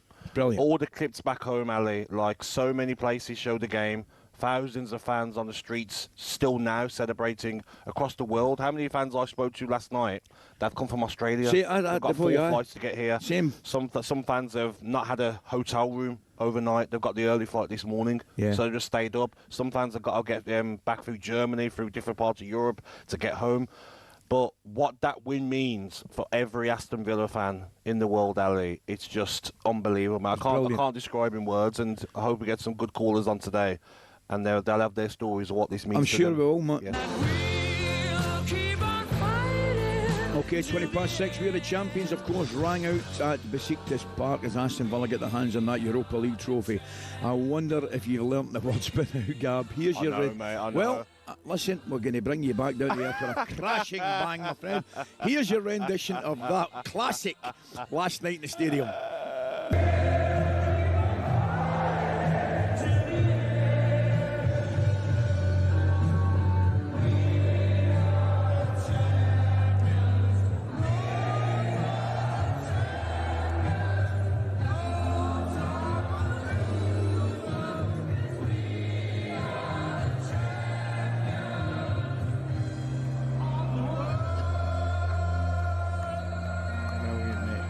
Fantastic. Good on you. I was just... Hilarious, mate. I met all the Villa fans before the game, man, and they were brilliant, Gabby. Brilliant.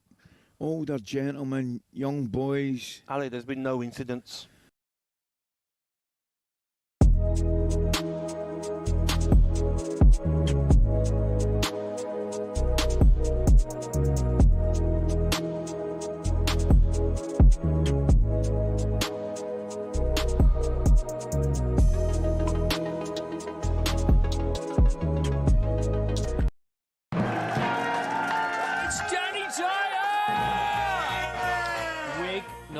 It's a nutty canister, either way. I mean, look at the nut on it. Bob Odenkirk! Saul was great. He was just a breath of fresh air. Amelia Clark! Star Wars versus Game of Thrones. Game of Thrones, definitely. I'm loyal. Don't tell Alex Hassel! In season 2, a lot of us get our clothes off. You do know you did that in season 1. Exactly, that's true, yes.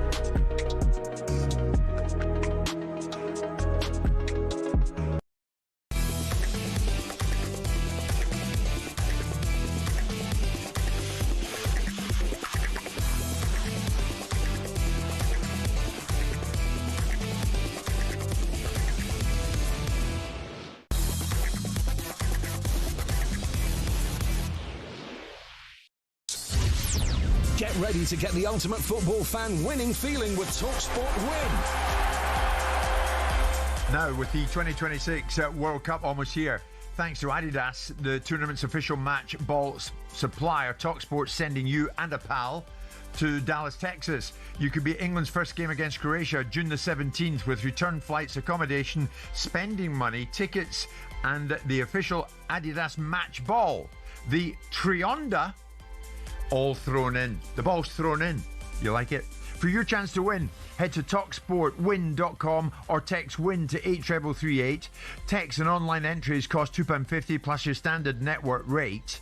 The number to call is 0343 418 7260. Entries must be in by June the 1st. by 4 o'clock in the afternoon. 18 plus UK residents only. It's a talkSPORT promotion. Terms and conditions at talksportwin.com. Simon, let's head back out to Egypt. Spencer has got on the factor 40. He's out in amongst the pyramids as we look ahead to Alexander Usyk against Rico Verhovven. Spencer Oliver, precisely where do we find you?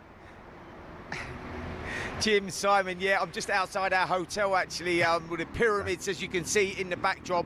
That's where it was all going on last night. We had the grand arrivals last night. We caught up with Richard Torres Jr. ahead of his IBF eliminator with Frank Sanchez. We also caught up with Rico Verhovven, who's a great character and there's true belief that he's going to cause one of the biggest upsets in boxing history on Saturday night. And it all takes place just yards behind me there in the pyramids. Can you make a case, just a few days out from the fight, can you make a case, Spence, for Rico Verhovven? Do you know what? The self-belief is incredible. Look, he's had one fight. That was a 4-rounder. That was back in 2014. He's coming into a different discipline. He's been dominant in his sport in kickboxing for the last 10 years. He's a huge character.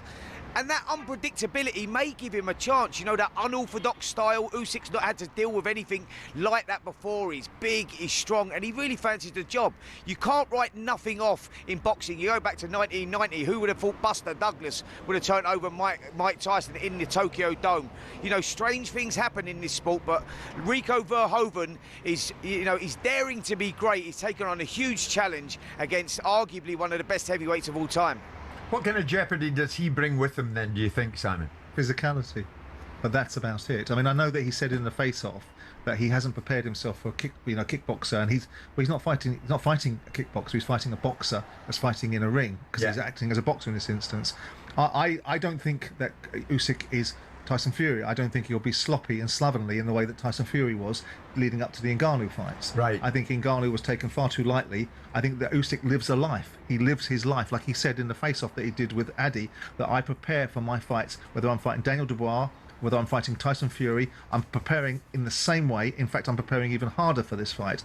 I don't think, besides the fact that the man is remarkably charismatic, a master in his own discipline, and is projecting the best version of himself in the media, he has much of a chance against someone as elite as Alexander Usyk.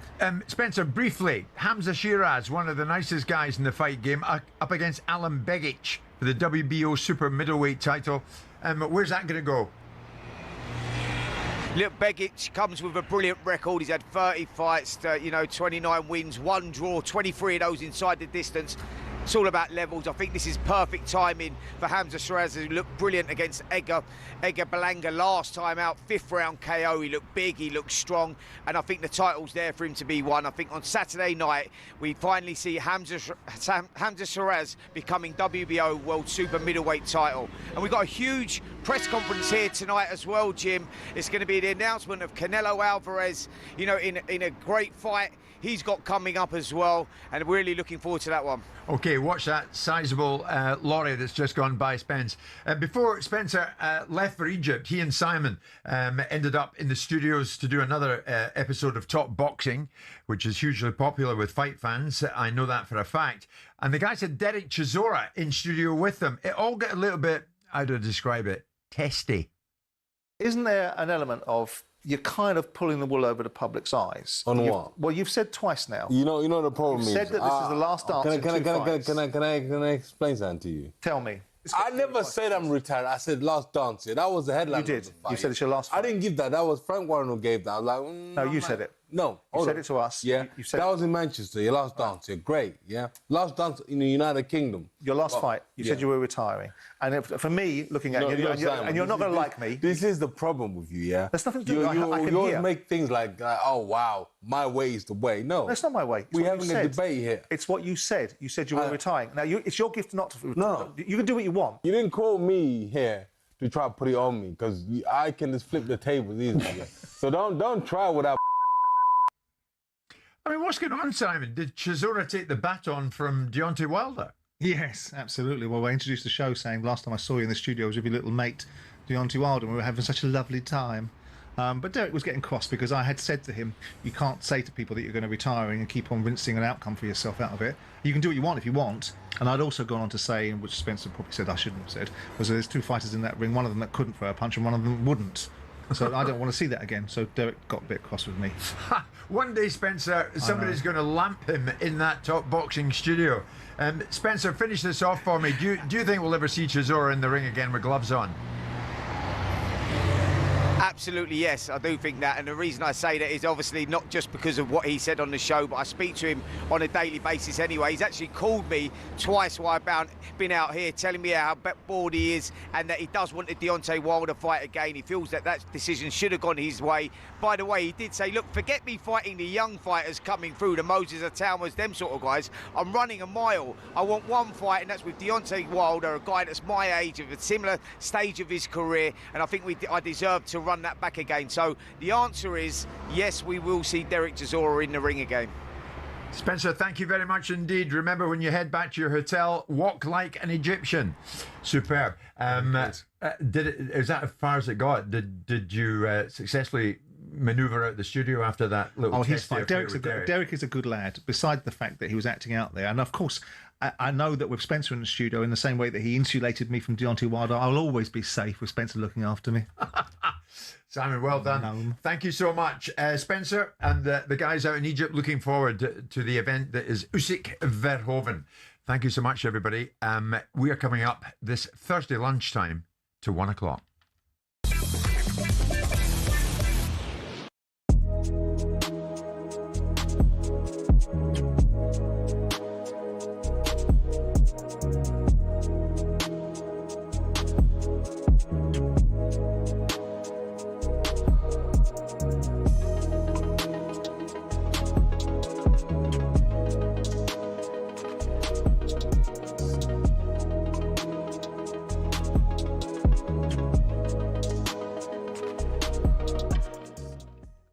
With Villa, right, Unai Emery is the man. He is, like, he has full control over everything. Transfers, youth club, there's no one telling him what to do. And, there's been rumours about him going to Madrid. Can you imagine him going to Madrid, mate?